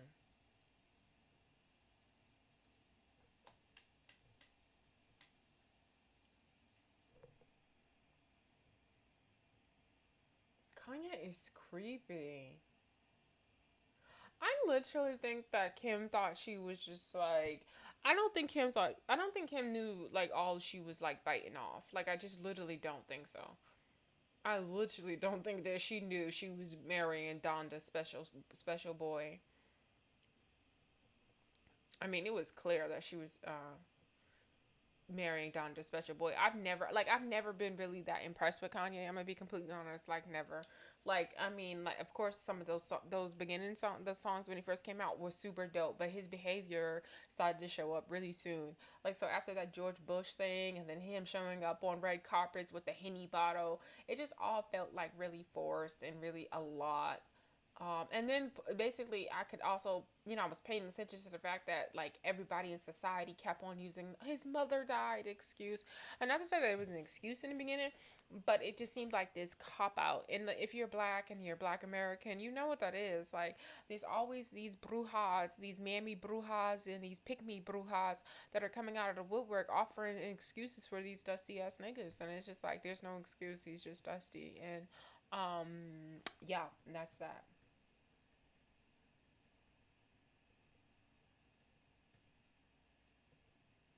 Okay, I'm not gonna find it. It's so long ago. That's what happens with information here. I be thinking I be saving everything. I be thinking I be ill as fuck, and I be having everything in my folders. I be thinking that, and that just don't be the fucking case sometimes. But there's a video, and he got his eyes closed for a very long time, and he looked like he's struggling to remember the prayer. He was like, "God, please help me get Kim." It was like really weird. It was like really weird. Like, I don't know. I don't know. I've never understood people. I think other weird people really really dig Kanye. That's what I feel like. I really feel that way.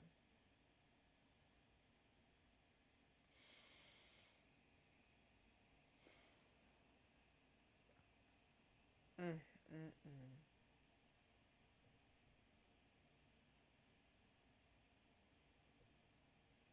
I don't believe you're supposed to pray with everybody and everybody should be praying over you, because these niggas.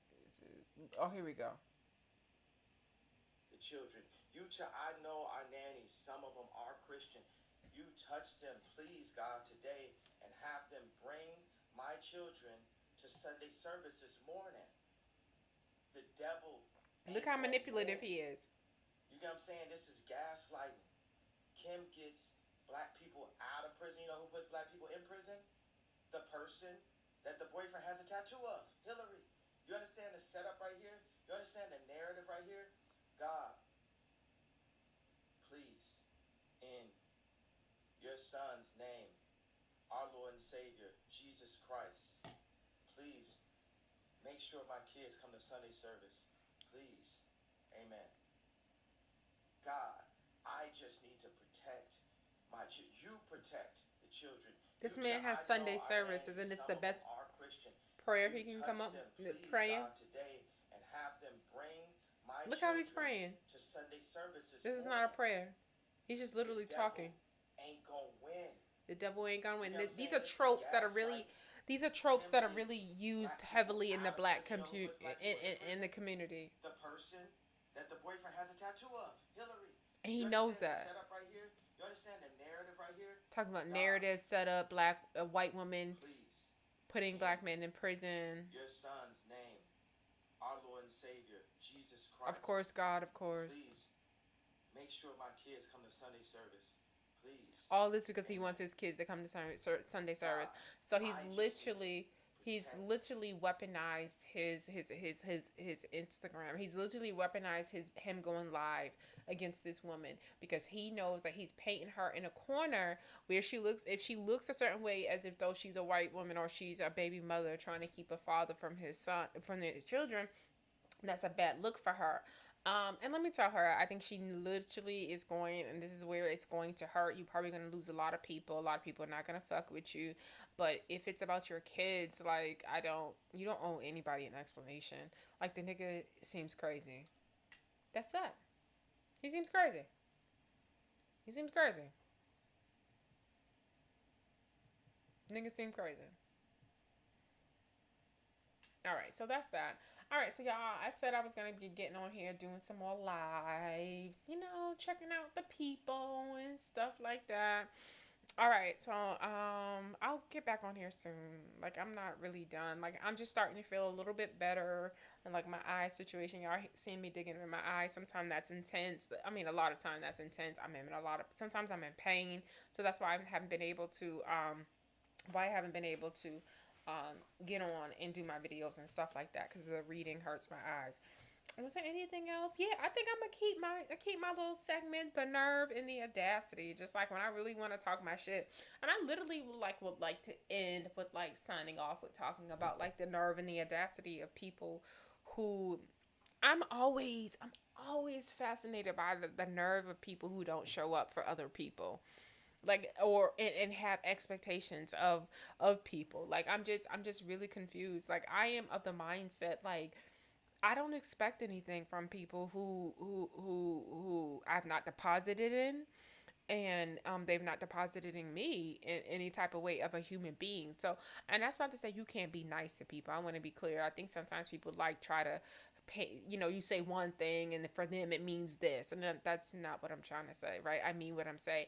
I don't I never understand people who walk around thinking that people have to show up for them and they don't have to show up for people in the same type of way.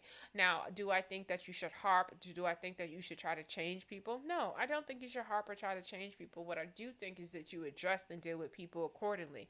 And with that being said, if I deal with you accordingly, based off of like who you are as a person, please understand your expectations should match that, right? Your expectations should match who you are in terms of like the output, and in terms of the output, in terms of the effort you make, in terms of the deposits you make into somebody. And I'm not talking about deposits like money. I'm like talking about deposits and like fucks to give, cares to give, like deposits as like being interested in someone, in a human being, deposits of like checking up on someone, and deposits and like, if they need something by happenstance, that you're able to just know that because you are plugged in, right? And you just show up, right? So I just really find it interesting when people know that they're not that person for somebody, and they have these weird high expectations for them. I'm never going to meet those expectations, right? So if we've not established some type of bond where we're showing up for each other in life and stuff like that, I am going to fail you. I'm going to be completely honest with you. I'm in my own world in that type of way, and I make time for people who make time for me.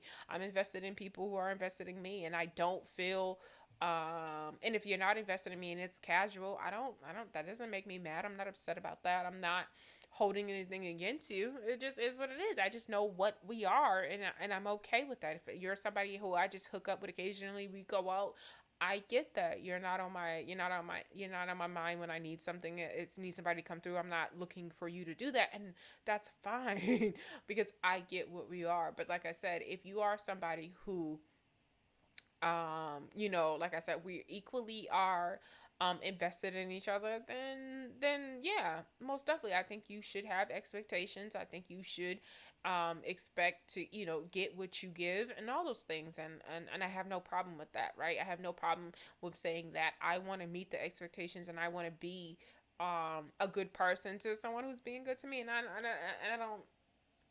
don't think there's anything wrong with that. So I say that to say, like I said, I wanted to talk about the nerve and the audacity of people who just don't show up for other people and have expectations, and I think that's hella freaking weird. I think that's hella freaking weird. think that's hella freaking weird. I think it's manipulative and all those other things. Like, I don't know. It just is what it is. I think sometimes people are so self centered and they have bought into their own woe is me story that, they just literally get around people and they want to be that they literally get around people and they know how to make their lives seem the like worse, and that they need all the help, and that they've really been suffering. It's sort of funny. It's like someone could be like a really private person. They don't tell a lot of their business. They don't talk a lot of their business, but everybody knows when they sick. Everybody knows when they are destitute in some type of way. Everybody knows the stuff they need to know in terms of like what gets them sympathy, if you know what I mean. And I raise my eyebrows to that. I think when you are a private person and you're somebody who doesn't want people to know your business, people really do protect that. Like even when they are sick, they don't won't tell nobody. And I just think when I take notice to people who are okay with letting the shit that gets some sympathy out the door. That's very interesting to me. So I don't know. I'm someone, like I said, I don't think any sickness, I don't think any mental health issue absolves you from being accountable for your actions. And I think if you don't think you should be accountable for your actions, I think that's where for I think if you don't think you should be accountable for your action, then I, I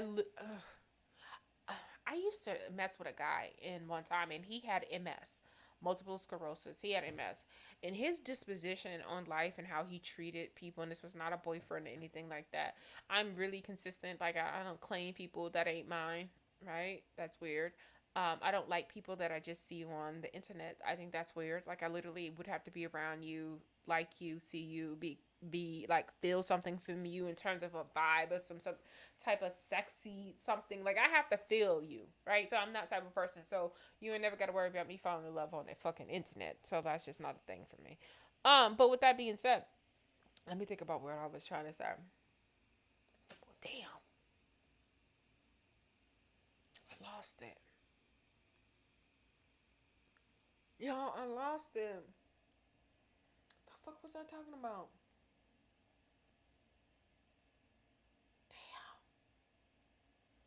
It was something about online. Oh, I was saying if I think that you think because of the relationship, or if you feel like I'm dependent on this relationship, either you feel like, oh, I know I deal with this a lot with my mother. She has a lot. She has this way of thinking where I'm your mama, in terms of I'm your mama, in terms of like, and sometimes she says it in terms of like, if you're trying to hold her accountable for like something she said or something she did, it's always like, oh, I'm your mama, you can't be mad at me. I find that there are certain people who will think that because they think that you have this relationship with them and that you're dependent on them. And I'm not literally talking about my mom. I'm talking about maybe a best friend who thinks that, oh, who thinks that you depend on their friendship for everything, like, and you depend on it for your happiness. And so with depending on their friendship and depending on them, that you're willing to let them get away with doing shit. And I think there's some people who will test their relationship with you in that sort of way. That's what I'm trying to say. I think people will test their relationship with you with the guise of being able to say, well, aren't I your best friend for life? Or you should have more patience. Or don't you love me? And when you love people, you let them, you try to understand and be patient and work with them. And there are some people who will know all of those things and know all of those things to be true, and they will still play on it and test and do some, and will still do whatever they want selfishly for themselves, with thinking that because you know that you're supposed, if you're really best friends, or if you really love somebody, you'll try to work it out. Like people will know that and they will play on those things. And so once I realized that you consciously just do whatever the fuck you want, and then you just feel like as if though because of proximity or the relationship that we're in, that I'm just gonna be okay with it, or it will be okay. I promise you that's just not. It's never. I'm gonna feel like you took advantage of of my love. I'm gonna feel like you took advantage of my love. I'm gonna feel like you took advantage of how much I cared for you. And once I feel like that, there's just nothing that there's nothing really gonna get past me in terms of like sympathy and stuff like that. I'm not gonna say like sympathy, but there's I am going to look at you differently because if somebody who I think loves me and does not want to loves me and does not want and values my relationship with them, I don't I would if I love somebody and value my relationship with them, I am not going to consciously or purposely do anything that purposely. I would not purposely do anything. Let me change this. Oh, I'm not playing anything. I'm not going to purposely do anything. I'm not going to purposely do anything that is going to jeopardize my friendship with them, right? Now, shit happens. Nobody's perfect and all this other stuff. But what I am talking about is like, I'm not going to purposely know that I'm doing something that goes against that person that will test my friendship. So shit happens, accidents happens. And but if you feel like someone's purposely testing your relationship with them because they want to follow on to like, aren't I your best friend? Or if you love me and all the other shit,